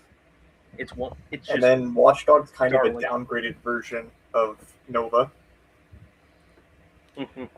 Well, I don't know what they're going to do with it now, but because Nova's even worse than C3. Oh, Nova's crazy good. So. Sick. Look at the Turkina Z again. Oh, I see why you're extinct. I mean, the Turkina Zeta is no. It's honest to God, IATMs, I do believe, are the reason they don't want to touch the homeworld clans ever, because they're going to have to answer a lot of Reaving questions that they just are too lazy to answer. Here's this new weapon that's the same weight as an ATM, so you can do a 1-to-1 swap. Ultimately, the Wars of Reaving did what the Wars of Reaving were supposed to do. It closed the homeworld clan storyline, for better or for worse, killed off a bunch of clans that they didn't need. Sorry about Monkey Clan. And now they're out there. And they can be the new... And with the word of Blake being dead, they can be the new big bad boogeyman in the stars. Sad enter noises. Honestly, there's no reason for the Monkey Clan to have existed. To begin with. There's a thing. They started off like saying like we're gonna have like 20 clans, and then they realized that they only had stuff for like 6 of them to do. That's part of the problem. Well, Firemander was just a fist fight with a Tolman, so to call him a clan is generous. I think there were 20 founding legions, and they realized that they couldn't deal with 20 founding legions, so they had to have a big old clan civil war split amongst the legions. Some of them even get obliterated. At least Catalyst was brave enough to obliterate some of their legions, unlike Games Workshop. No, they all became Ultramarines. The wolves are the Ultramarines. Are Nordic, so they get to be space wolves. Okay, let's leave that to another. Let's bring it back in. Let's bring it back in. Locust 1M, I think, is the lightest missile boat that I can think of. The Thorn does go in the same category, but it's only an LRM-5 on it. The Locust 1M has a pair of LRM-5 and no armor, but it has a pair of LRM-5. Isn't there a Fire Moth that has LRMs of some sort that could technically be a missile boat? Let's see. I think there's one with 3 LRM-5s. The Locust 1M has a grand total of 16 points of armor. So it has double the internal it has for armor. Basher C counts as a missile boat. The C has 2 LRMs. Okay. This counts as a missile boat. I mean, you can easily on a clan mech, you can easily mount LRM-5 since they're only a ton each. It's easy to make a light mech with a ton. Well, not a ton, but a pair of LRM-5 or a pair of LRM-10s. I mean, it's pretty easy, even if your pod space is a little bit tight. I mean, it's gonna work. Since they're also in the arms, you can take advantage of its quirk. Oh, and just the imp has an LRM-15. Mayhaps we leave the clan Omnimex out of this discussion because you can make a clan Omnimech into anything you want, except for the Naga, because of those Aero 4s taking up your space to do anything you want. Basically, yeah. That's fair. Let's leave Omnimex out of this fight. And a pair of medium lasers. That's the one I'm not sure if I would really call that a missile boat, because it's more of a support kind of LRM-5. There's the one with the SRM-4, which is actually my favorite version of the Thorn outside the one I made with a hatchet, because hatchets on a Torn is hilarious. I mean, an LRM-5 to medium lasers. Kind of hard to say what it really is. The Arbalest is a clan mech, but it's not an Omni mech. And I think so it's in this discussion. So it is available in this discussion here. It's a missile boat because it relies on not 1 but 2 LRM batteries for its primary firepower, and then uses small lasers as its backup weapons. Is it? No, it's 2 ER mediums. Oh.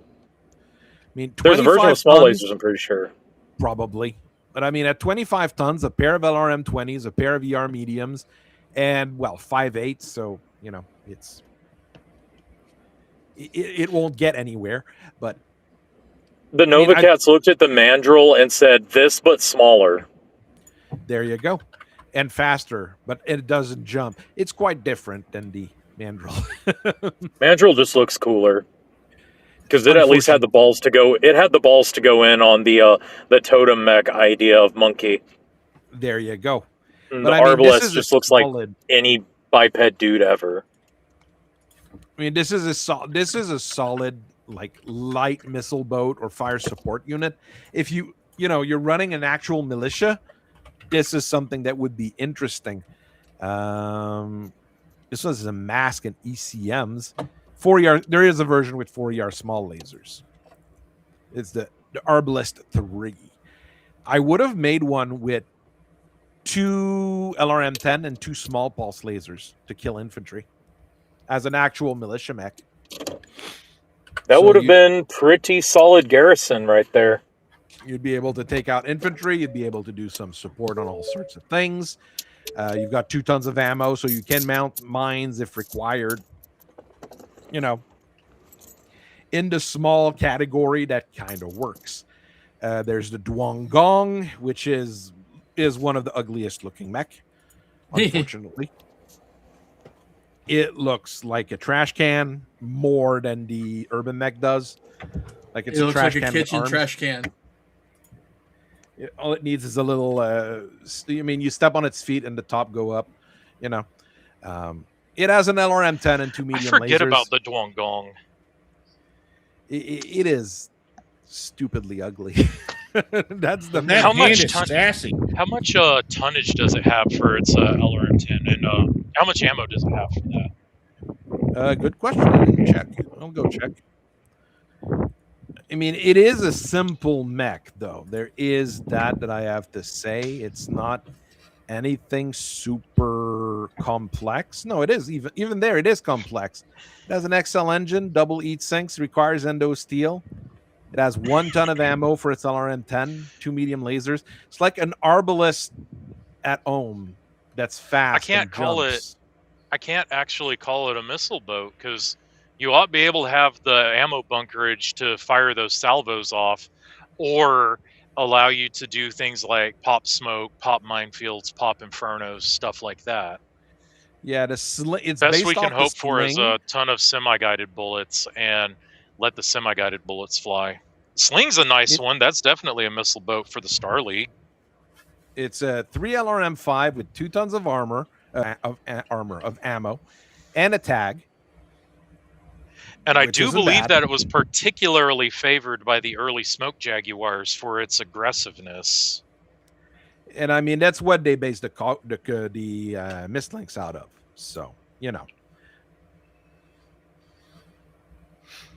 So it is a very decent mech. Have a good evening, Lord of all Ducks. The Valkyrie knockoff for the Duongong, kind of. It's smaller. It's more mobile with 7.11.6, but I mean, I'm not sure that's all that required. I like the sling. The sling I kind of like. With 2 tons of ammo, you can pop smokes, you can drop mines, you can do different things. The one with a lot of medium lasers, I'm less interested in, let's say. But I mean, it's a decent mech in its category. Yes, another great classic that people brought up on the Discord, the Anubis, which is one of the coolest looking mech. But is it really all that good? I'm less sure about that. 4LRM5 is pretty good because it does give you that ability to pick and choose what you want to do with it. But it only has 1 ton of ammo. It has to have that ECM because it has stealth armor. It tries many things, and it was really cool in Mech Commander 2. That's what I really remember. I'm actually surprised it hasn't been CGL-diced. It is a bit surprising that they haven't CGL'd it up, like you said. Is there a version with no stealth armor that would just make it better, in my opinion? It's supposed to be dancing around, I guess, at long range, isn't it? Yeah, 2 ER small, 2 MML5. I think this one would be a little bit more using aggressive. Its stealth armor so it can at least exist and not get deleted as a light mech. But it still has 96 points. I mean, if you're fighting other light mechs, it's reasonable. And then staying at medium range for that extra +1, long range +2. It's not bad. I am not saying it's bad. It just doesn't want to get in there and brawl. It just wants to stay at medium to long range, move 7 hexes, and then keep that TMM up. And then you just can't get rid of it. It's extraordinarily annoying, but it's just not super dangerous by itself. The most generic mech ever. Which one? The hammer. The hammer? Yeah. We've talked about that one before. It's remarkably unremarkable. It is the most unremarkable mech in the lineup, but the thing is, it works. That's what makes it just does what it's supposed to. Like 3 medium lasers, 2 LRM-5. It's not going to do a fantastic fire support job. But So I mean, what if you are get these close to it, variants? you get shot. I didn't think those were canon there for a second. Which one? The fact that they named the variants Claw Hammer and Peen Hammer. No. That's name of weapons, so it's legal. I mean, this one has a pair of small pulse lasers, Streak SRM-4. This one's your super brawler, basically. It is no longer in the big range guy category. And there's the slammer. So we have strikers, brawlers, striker. I mean, you can literally do whatever you want. I mean, hammer is the kind of thing you just buy in bulks and you just dump them anywhere. They're all supposed to be in a formation with the anvil. Yep. The anvil is... I like the hammer better than the anvil, generally. It's the hammer anvil move. Well, yeah, Three Worlds League has a special formation just for them. Oh, well. That's fun. As long as it's not in formation with a sickle, I'm because good. Yeah, you have a hammer lance and you have an anvil lance. And do you have the sickle lance? As Night Lancer was saying, there's no sickle mech. I'm happy to announce, not Thank yet goodness. at least. But I mean, it is a solid mech with improved targeting long on top of it. Makes the LRM-5 even better. I do think this is a solid little choice for just about everyone when you just have the BV or the money to spend on something. The Mandrill needs no introduction. We don't need to talk about it much more.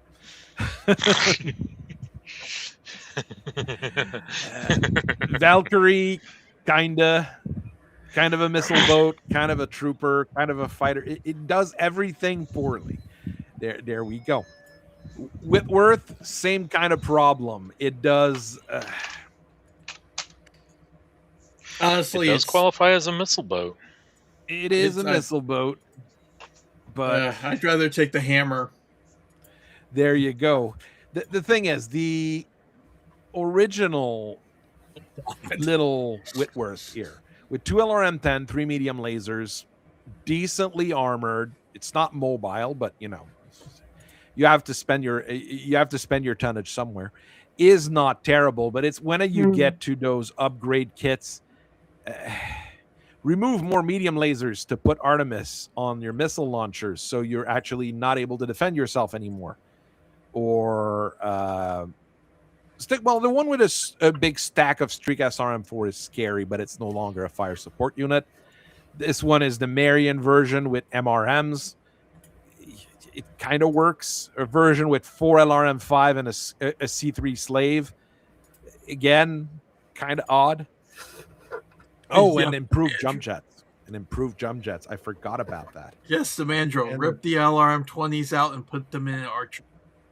Scrap it's a 40-ton curse. It's like a malnourished dervish.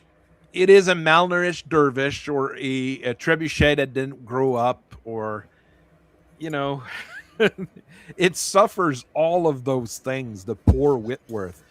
The thing is, if it was common as balls, if it was one of those mechs that's like, yeah, it's kind of trash, but everybody's got like 1 million of them, it'd be a nicer mech. That's not what this mech is. It's also supposed to be rare.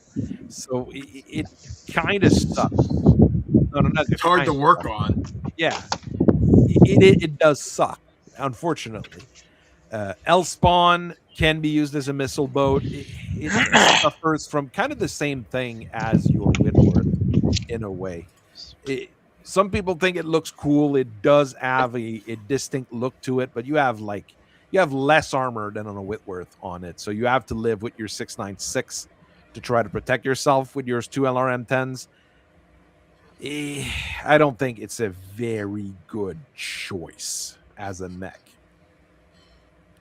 Dervish is a thing that exists. That's Whitworth probably syndrome. What do the Ill Clan era Whitworthlesses look like? Because I always called it the Whitworthless. It's a Marion version with 2 ER mediums and 2 MRM 10s. I mean, with the MRM buff, it's not bad, but it is now a brawler. Reasonable. It's a brawler. It's not a missile boat anymore. Yeah. The Dervish's biggest problem is that it splits its missile between LRM 10s and SRM 2s. SRM 2s are terrible in most situations. It has 2 tons of ammo for those SRM 2s on top of things. Oh, God. Why? You know what? Why would you need on the Whitworth? There wasn't a rocket launcher variant. That's a brawler too. That's the thing. You're replacing the rocket launchers with MRMs in the Marion hegemony, from what I understand. So, I mean, it's an idea. Swap those SRM2s for an extra 2 medium lasers, and it would already be a better mech. It is mobile at 585. It has decent armor. Not fantastic. I think the Whitworth has more armor than the Dervish, actually. So the Dervish is a choice once again. It's one of those things that exist. And maybe it's in lieu of a trebuchet. I don't know. The thing is, the trebuchet is a much older mech in terms of technology. The Dervish, is the last primitive mech, technically. It's the last mech that uses primitive technology, and it was built using primitive technology when everything was modern as well, because they were just building them as cheap as possible to have as many of them sold to people. The trebuchet is probably, or trench bucket, as some people like to call them, is probably your better choice for a missile boat in the medium category for the inner sphere. It's fast enough to run away, and you get 2 LRM-15s. And 3 medium lasers. So it won't die when a light mech runs up on it. There you go. That's fists, too. It can punch your lights out if required. So it is globally a better mech in every single way from the Dervish. It is. I'm not even sure if it's more expensive either. That's the worst thing about it. Hey, real quick, there is a trebuchet that comes online in the Dark Age or the Ill Clan era. 2 clan LRM-15s and 3 medium variable speed pulse lasers. It is nasty. 10 million C-bills. Well, it's not the most expensive one. Mm-hmm. Well, 4MML5 is actually quite interesting. This variant here with 4MML5s, you get less bang for your buck because it's not 215s, but you can do a few funny things with that. Like also SRMs. There you go. It's not 4 SRM6s of firepower. It's 4 SRM5s of firepower. But it's good enough. I still don't want to take 20 cluster damage. There you go. It's the one with 2 MRM-20s with the MRM buff, they're actually going to hit. It's not going to be pleasant. Those are my standard upgrade kits. $44 million? Hmm? 44 million C-bills. That's because it has an XXL engine. Yeah, it goes 711-14 with a 350 XXL engine. Jesus. Why? 2 clan LRM-15 medium pulse lasers. It's like, who did this? Enough ammo to raise an entire city to the ground. Free Worlds League. Why did you do this? Why are you still doing this? It's not like if this came out in like 3055 when the Free Worlds League was loaded, I would understand. In late era Dark Age, the Free Worlds League's broken apart. They're getting back together. They're not loaded anymore. I have a feeling this is not something that they're gonna build in massive quantities. Just a feeling I get. Okay, here's 50 million C-bills. Go buy a bunch of mechs, and then you buy this thing and pocket the change. My upgrade kit for the Trebuchet with 2 LRM-15, 3 ER medium lasers, heavy ferrofibrous, so it actually has more armor, and double heat sinks. I mean, it's nothing fancy, but it doesn't raise the price by, $40 million. Come on now. We know what we have. We discussed the Turkina Z, and we all cried about the Turkina Zeta, Zulu, whatever you want to call it. It is not a thing that should be discussed in polite society.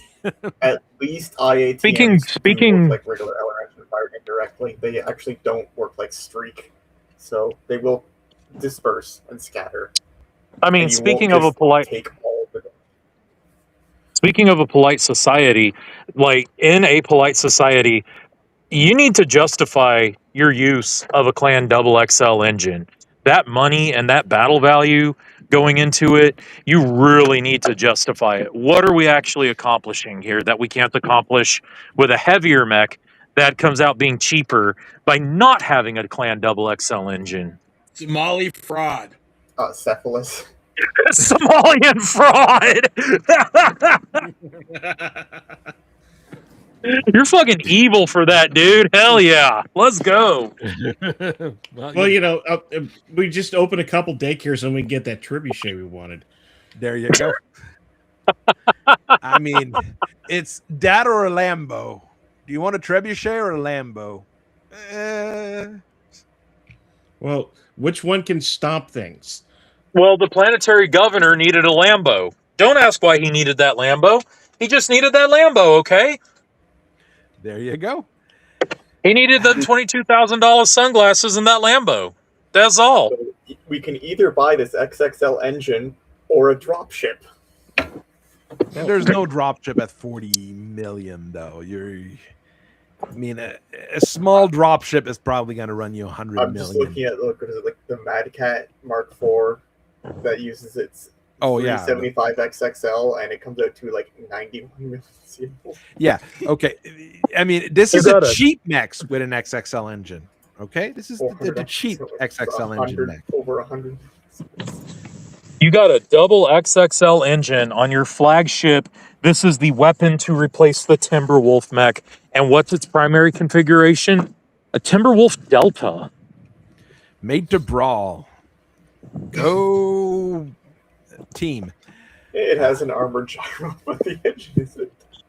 That's fine. I like the Timberwolf D. But I will say the White Raven 2 is worth every penny because of the lulls. Oh, yeah, White Raven, sure. Well, it's kind of like the totem mech of Snow Raven, so they pour money into it. But otherwise, I'm pretty sure Sea Fox made the Mad Cat Mark IV to sell more engines. Just so they could make more money. It's called extended warranties. I'm calling you about your Mad Cat Mark IV extended warranty. Yeah, but you don't get the right to repair. So, why did they put a catalytic converter on a fusion engine? Who knows? Wait, don't get me started on that. We've got a guy that unfortunately works in mechanic stuff here.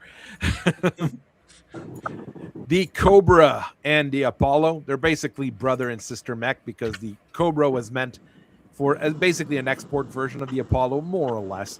215. Yankee, that's noisy. 215s, 2 small pulse, or 215, 2 mediums. Your choice. This is actually a little bit better for militia work, I would say. The Cobra's faster at 5.8. The Cobra is also $1 million cheaper, about $1 million cheaper. What is more expensive, the Turkina Z or the Malice? In terms of BV, the Turkina Zeta, and the Malice in terms of money because of that XXL engine that one of the Malice has, which is also stupid. Hey, that risk book was still good, no matter how. That risk book is wonderful, but that stuff's a bit expensive. It's the DuPont registry of battle mechs. But if you look, those are two other, like, they're more 3054, 3060. I mean, I was going to say later. I mean, there are later there during the clan invasion that you can get them. Between a Apollo and a Trebuchet, the Apollo has a lot more armor. It is a tough boy, but it only goes 4.6. The Cobra is decently fast. It has a pair of LRM-15 with no case, so it's gonna blow up, and you're probably gonna die. But you know, at least there is something there. So you just made a lighter Trebuchet. Yes, but it looks super cool. Look! It looks super cool. It's got the hood. It's got the hood and everything. The Mohawk. And you get to scream Cobra when you're piloting it. So at least there's that, I guess. It explodes often in combat, apparently. So, you know. It doesn't have case. I don't like a mech with no case and a standard engine. That's like the weird thing to do. Like, you've got ammo and a standard engine, put cases in, so it's going to be a little bit tougher. I mean, but it doesn't have as much armor as you would really want to really sacrifice armor for extra case. But it probably would have been good. So the variant does get case. The variant does have case, but it has a light fusion engine instead of an XL gyro. XL gyros were popular for a little while. They're bad, but not terrible. I think it's not the best weight-saving technology out there, but if you feel like it, I don't think it's the worst thing to put it on, let's say. Ooh, a weird thing to say here, a weird thing to talk about here. It's one of those, yeah, I guess you could make a mech like this. Rabid Coyote. It has an ATM-12, so I classify it as a missile boat, mostly because it's the big ATM, right? It's the big launcher. It is decently fast. It has it's not terribly expensive for a clan mech. Is it great? Not really, but I think it does work as a average fire support mech, basically. It's a second line mech that you can just throw around. You're not going to lose anything by not making it. All right. Everybody's favorite, the walking boombox. 250 all mounted in the torsos because you didn't mount them in the arms. It doesn't have arms. Yeah, but I personally would have put the missiles in the arms so you could have at least flipped the things around and shoot behind you if required. Or at least the 10s. For at least the 10s, maybe something like that. It is not very good. But it's not that it's not very good in its role. In its role as a fire support mech, you still have 50 missiles you're going to throw down the line every turn. So that part is not bad, but it just has so many little quirks here and there and so many little weird things that... You just want to take an LRM carrier tank? It has more armor than the LRM carrier by a fairly big margin. You're not even worthy of a 2C status, yeoman. A 2C yeoman would be a rather funny thing. It would be a brawler. Because it'd be a brawler, and we'd have a pair of LRM 20s and a pair of like LRM 15s and... Probably 2 PPCs. 2 PPCs. Yeah. Hi, cluster damage. Welcome to the wonderful world of crazy things. Its variant just wants to fire a bunch of SRMs too with its MMLs. It doesn't have case. It doesn't need it because you're not going to get shot. That's the idea behind it. You're not going to get shot, so you're fine. Okay. Well, yeah, the whole mech is just an ammo explosion indicator. There you go. It's all in the torso. It's fine. You don't have an XL engine. You're fine. There you go. PGI, you cowards, give us a yeoman in MechWarrior Online or MechWarrior 5.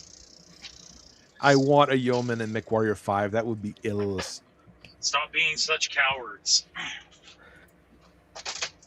I mean, as a semi-guided LRM platform, it's going to be pretty nasty. That's the thing. It is a Free Worlds League mech, so you're going to have a whole lot of those fun little firework launchers. So there is that. There's the baby archer with the bombardier. Is it good? Not really. it basically suffers. It's faster than the archer, but it suffers from the same problem as the standard archer with 10 single heat sinks. Put those as double heat sinks, and you're already talking about a much better mech. How about get rid of the SRM-4? I mean, it's a close range defense equipment. It's not terrible. I mean, it could have been 2 medium lasers. That would be okay. It's got a big smile on it, okay? It's got a big smile. It's also one of those kinds of mechs of thinking, why have I never heard about this thing before? Why is everyone just saying, just take an archer if you want a missile boat? Because it's the archer, but worse in almost every situation. Okay, what about a Bombardier? What about a Bombardier versus a Crusader? How about that? Bombardier versus a Crusader. Crusader can take the Crusader's like a fat dervish. I mean, because the Crusader has those SRM-6, it has those medium lasers, it has the machine guns. Machine guns probably won't do much, but, you know, it has 15s instead of 20s. Slightly worse armor, but you at least have the close range defenses to make use of it. But you're also walking ammo explosion. Well, the Bombardier is a little bit less of a walking ammo explosion. Though I will say the fat dervish makes a good innuendo. There you go. No, the Bombardier is also about twice the price of an archer, and even like a basic upgrade archer, which is the archer with the double heat sinks and the endo steel, it's still more expensive than that Royal archer that is basically your standard archer that everybody uses throughout the inner sphere as soon as the technology is available. Because, you know, it's just the better mech. Exactly. So the Bombardier is a little bit of a sad machine, but it exists. The Catapult has multiple versions that have that are missile boats.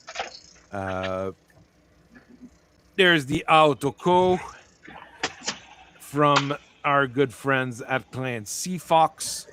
I love this thing. I love this. Love what the Seafox made this, and then Jade Falcon looks at them like, "You're not planning on selling that to Inner Sphere, are you?" And they said no, and then sold it to the Inner Sphere. There you go.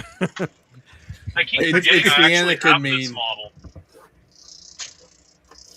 They created a Draconis Combine Totem Mech. Like, no, we're not selling this. And then probably sold it. Because it seems like you guys are trying to sell it to the DCMS, because you gave it a Japanese name. And a Japanese look. I mean, the only thing that doesn't scream Draconis Combine on it is the fact that it doesn't have PPCs. If it had PPCs on top of this... Its variants are worth a look, because it's a very rare clan mech that uses single heat sinks on several variants. I mean, it is an odd duck out, but it is clearly a missile boat. The Archer is your classic. Everybody kind of knows. Catapult 2, I always forget it exists. I think it came out from our friends at Clicky Tech.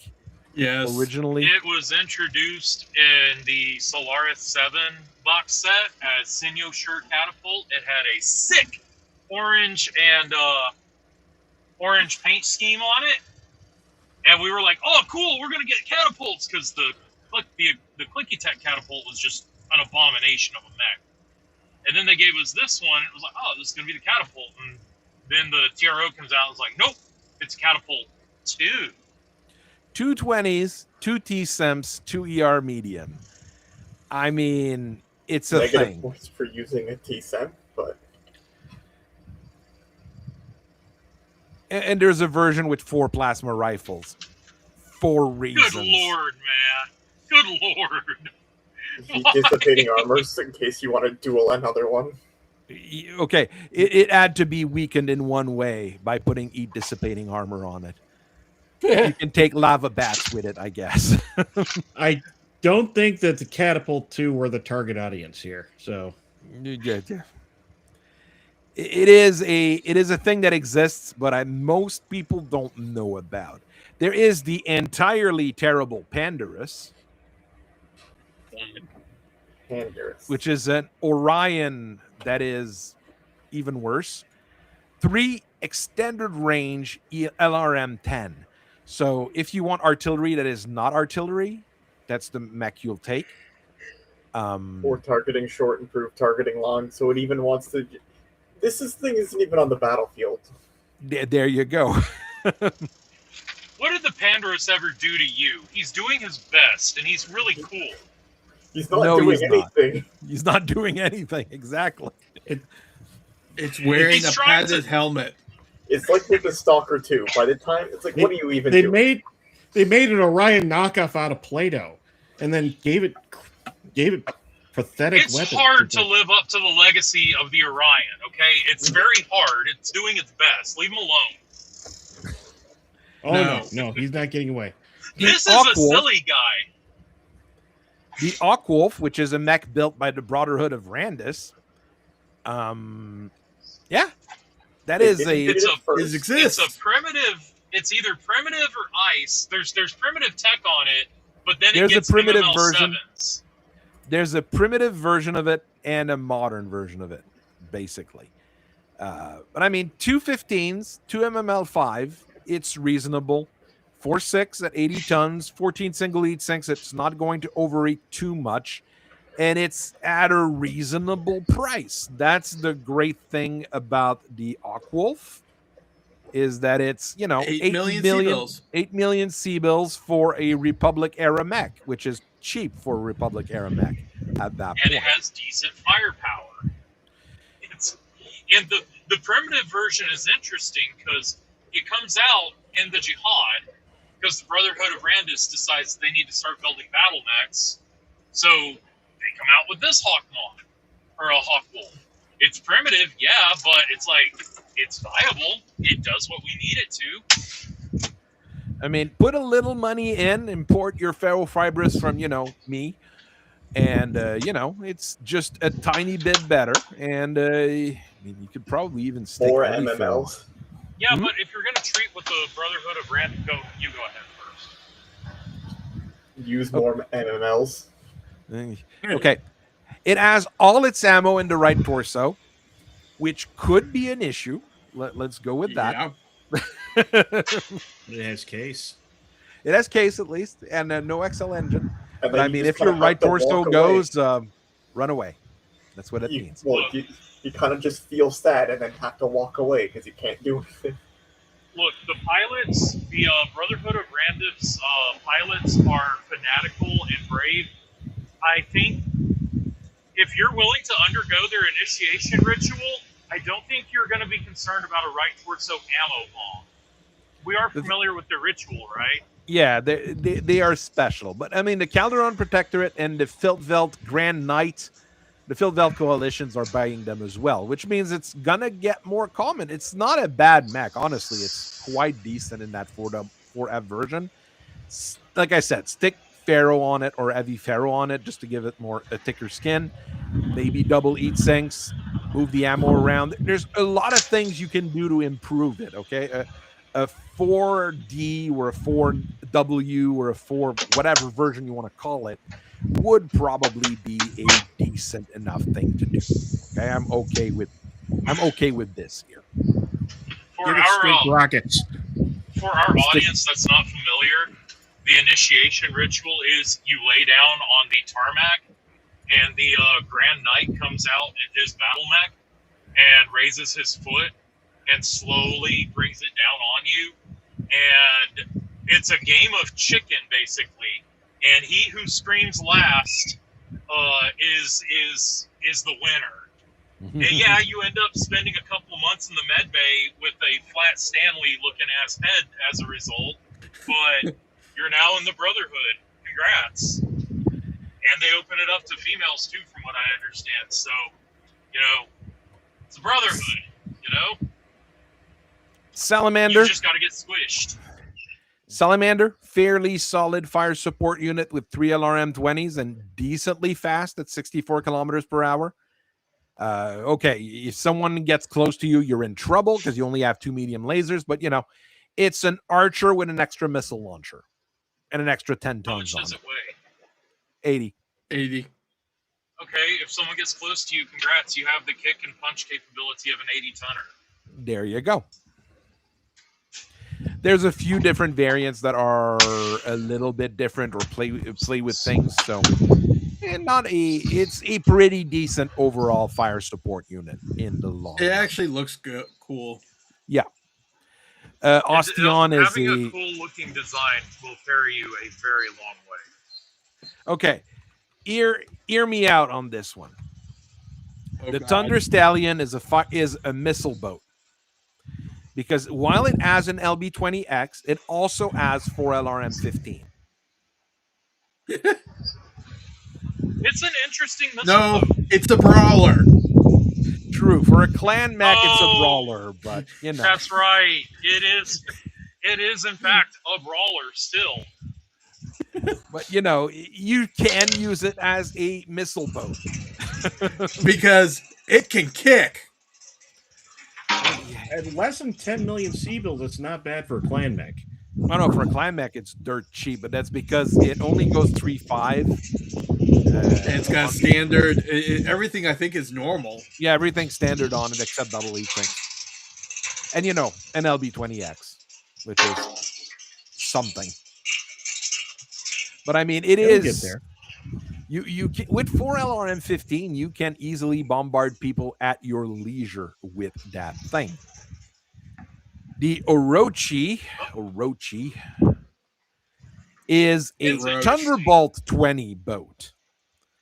A pair of Thunderbolt 20, a pair of Streak 4, and an ER small laser. 90-ton chassis. I don't even know when that was released. Technical readout 3150, technical readout 3085. Early Republic. I mean, it does look fairly cool, and Thunderbolt 20s are quite nasty because everybody loves a indirect fire AC-20. In the end, 20s are based, but why did they make it? Victory Industry on Marduk, because they wanted to replace the longbow. I mean, it's a way to replace the longbow. Okay. 17 and a half tons of armor on top of this here. So it is remarkably can actually stand it there and fight.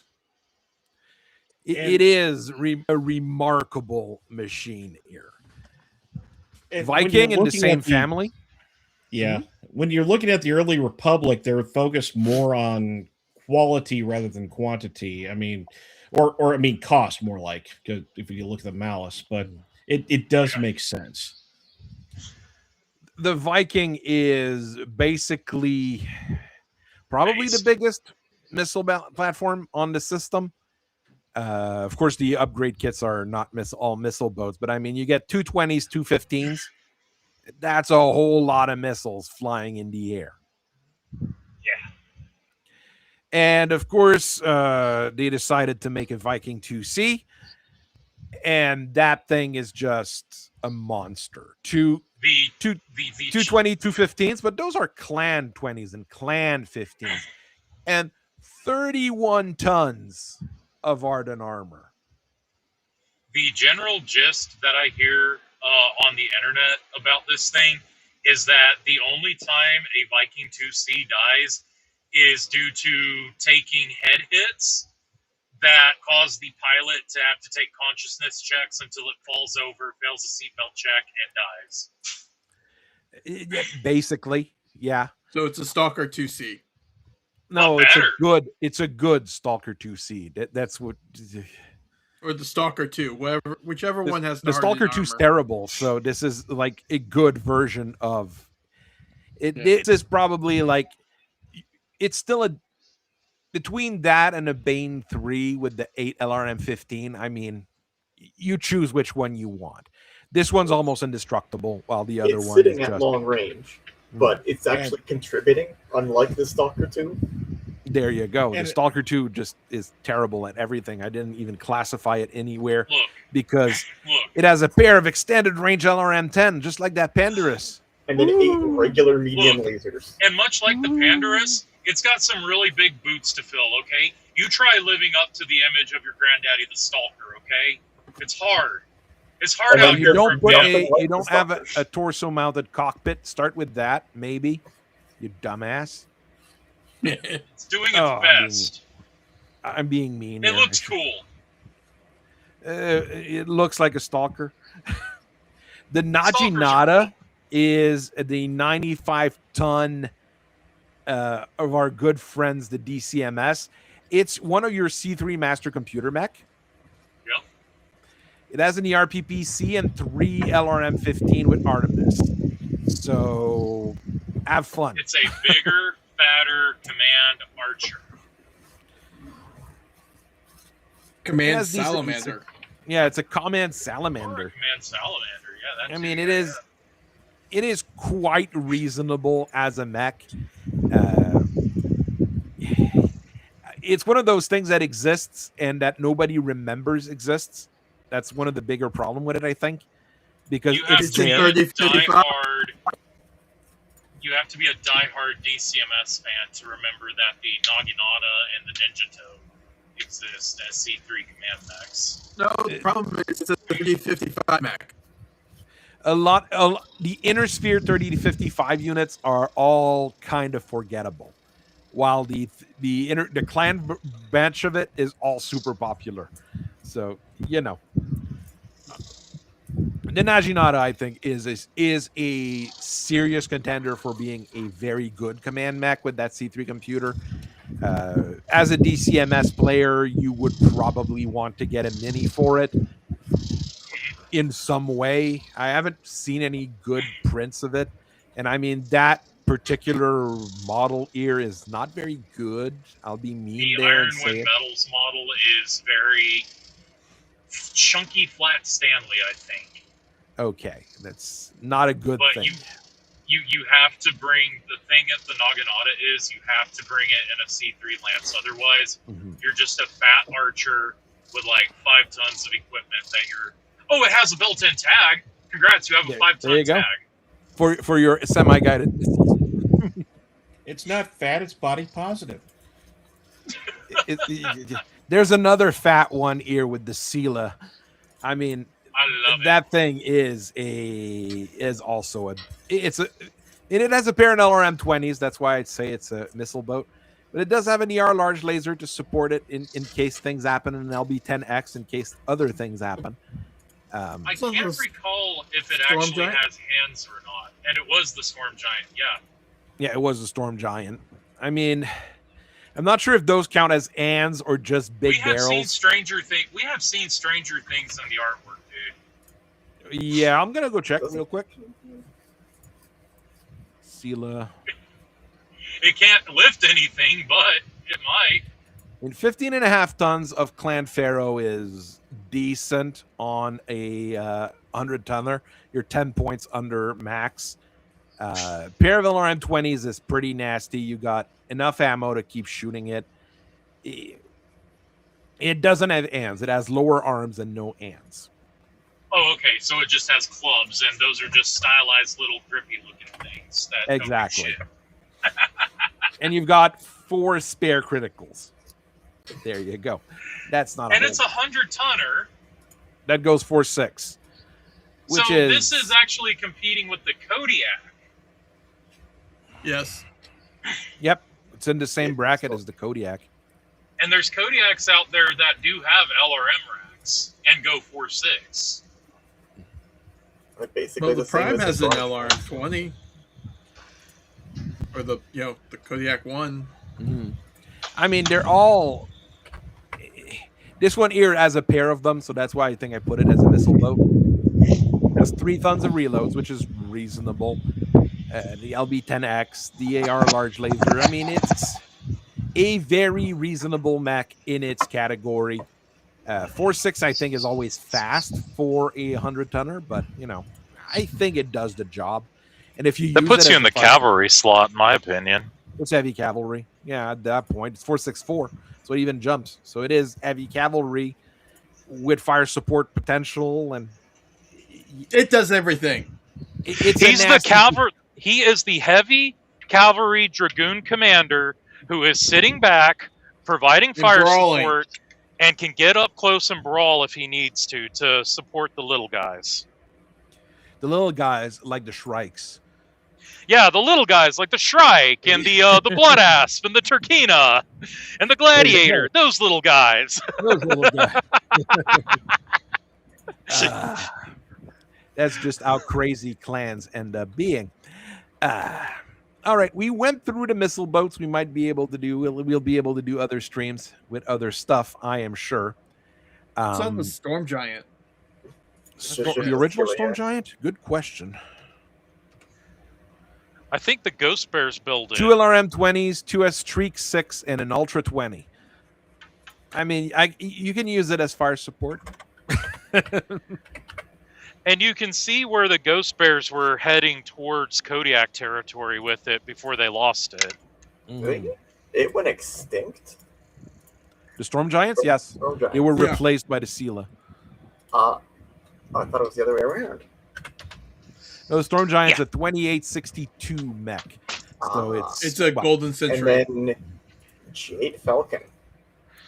It's one hell of a Golden Shower Century mech right there, I'll tell you that. The Steel Vipers that started building the Sela because needed mechs for their Freebird pilots. I mean, I wouldn't be too upset. I'd be perfectly fine with it. I'd be like a HAG 30, an LBX 20, an ERPPC, and a heavy large laser. To do that, you have to remove a heat sink. My bad, y'all. It's just Storm Giant sounds very Ghost Bear like. It sounds like something out of Norse mythology. It does. You know, so it just sounded very Ghost Bear like to me. But Steel Viper makes sense because I believe they are the ones that use the Scylla. I think it was that the Ghost Bear saw the Storm Giant and said, right, we want to do something like that. And made the Kodiak. And made the Kodiak really late. But it's the Ghost Bear. They kind of sucked until the clan invasion. During the clan invasion, they did actually pretty okay. But before that, they had a hard time with everything. Well, everybody needs to remember, Ghost Bear is the slow clan. They are actually clan sloth. Clan sloth, yes. All right, we're going to end it there today, I think. I'm already a little bit, a little bit past the time I'd normally want to end this. I'm going to be busy tomorrow. Life is life. I've got a video coming out tomorrow on tomorrow is the Dark Crow. Ooh, the Dark Crow. A silly little mech. And next week should be the Tempest because I've got those painted up. Then I've got some Shootist that I think I'm done with my Shootist. I don't think I'm gonna do anything more on them. The poor Shootist. I stretched it with the Shootist, and I think I created like 4 extra variants for it. So nice. Because there's only not many variants, and there's opportunities for many of them, let's say. So I will see everybody later. Have a very nice rest of your day, guys. Bye.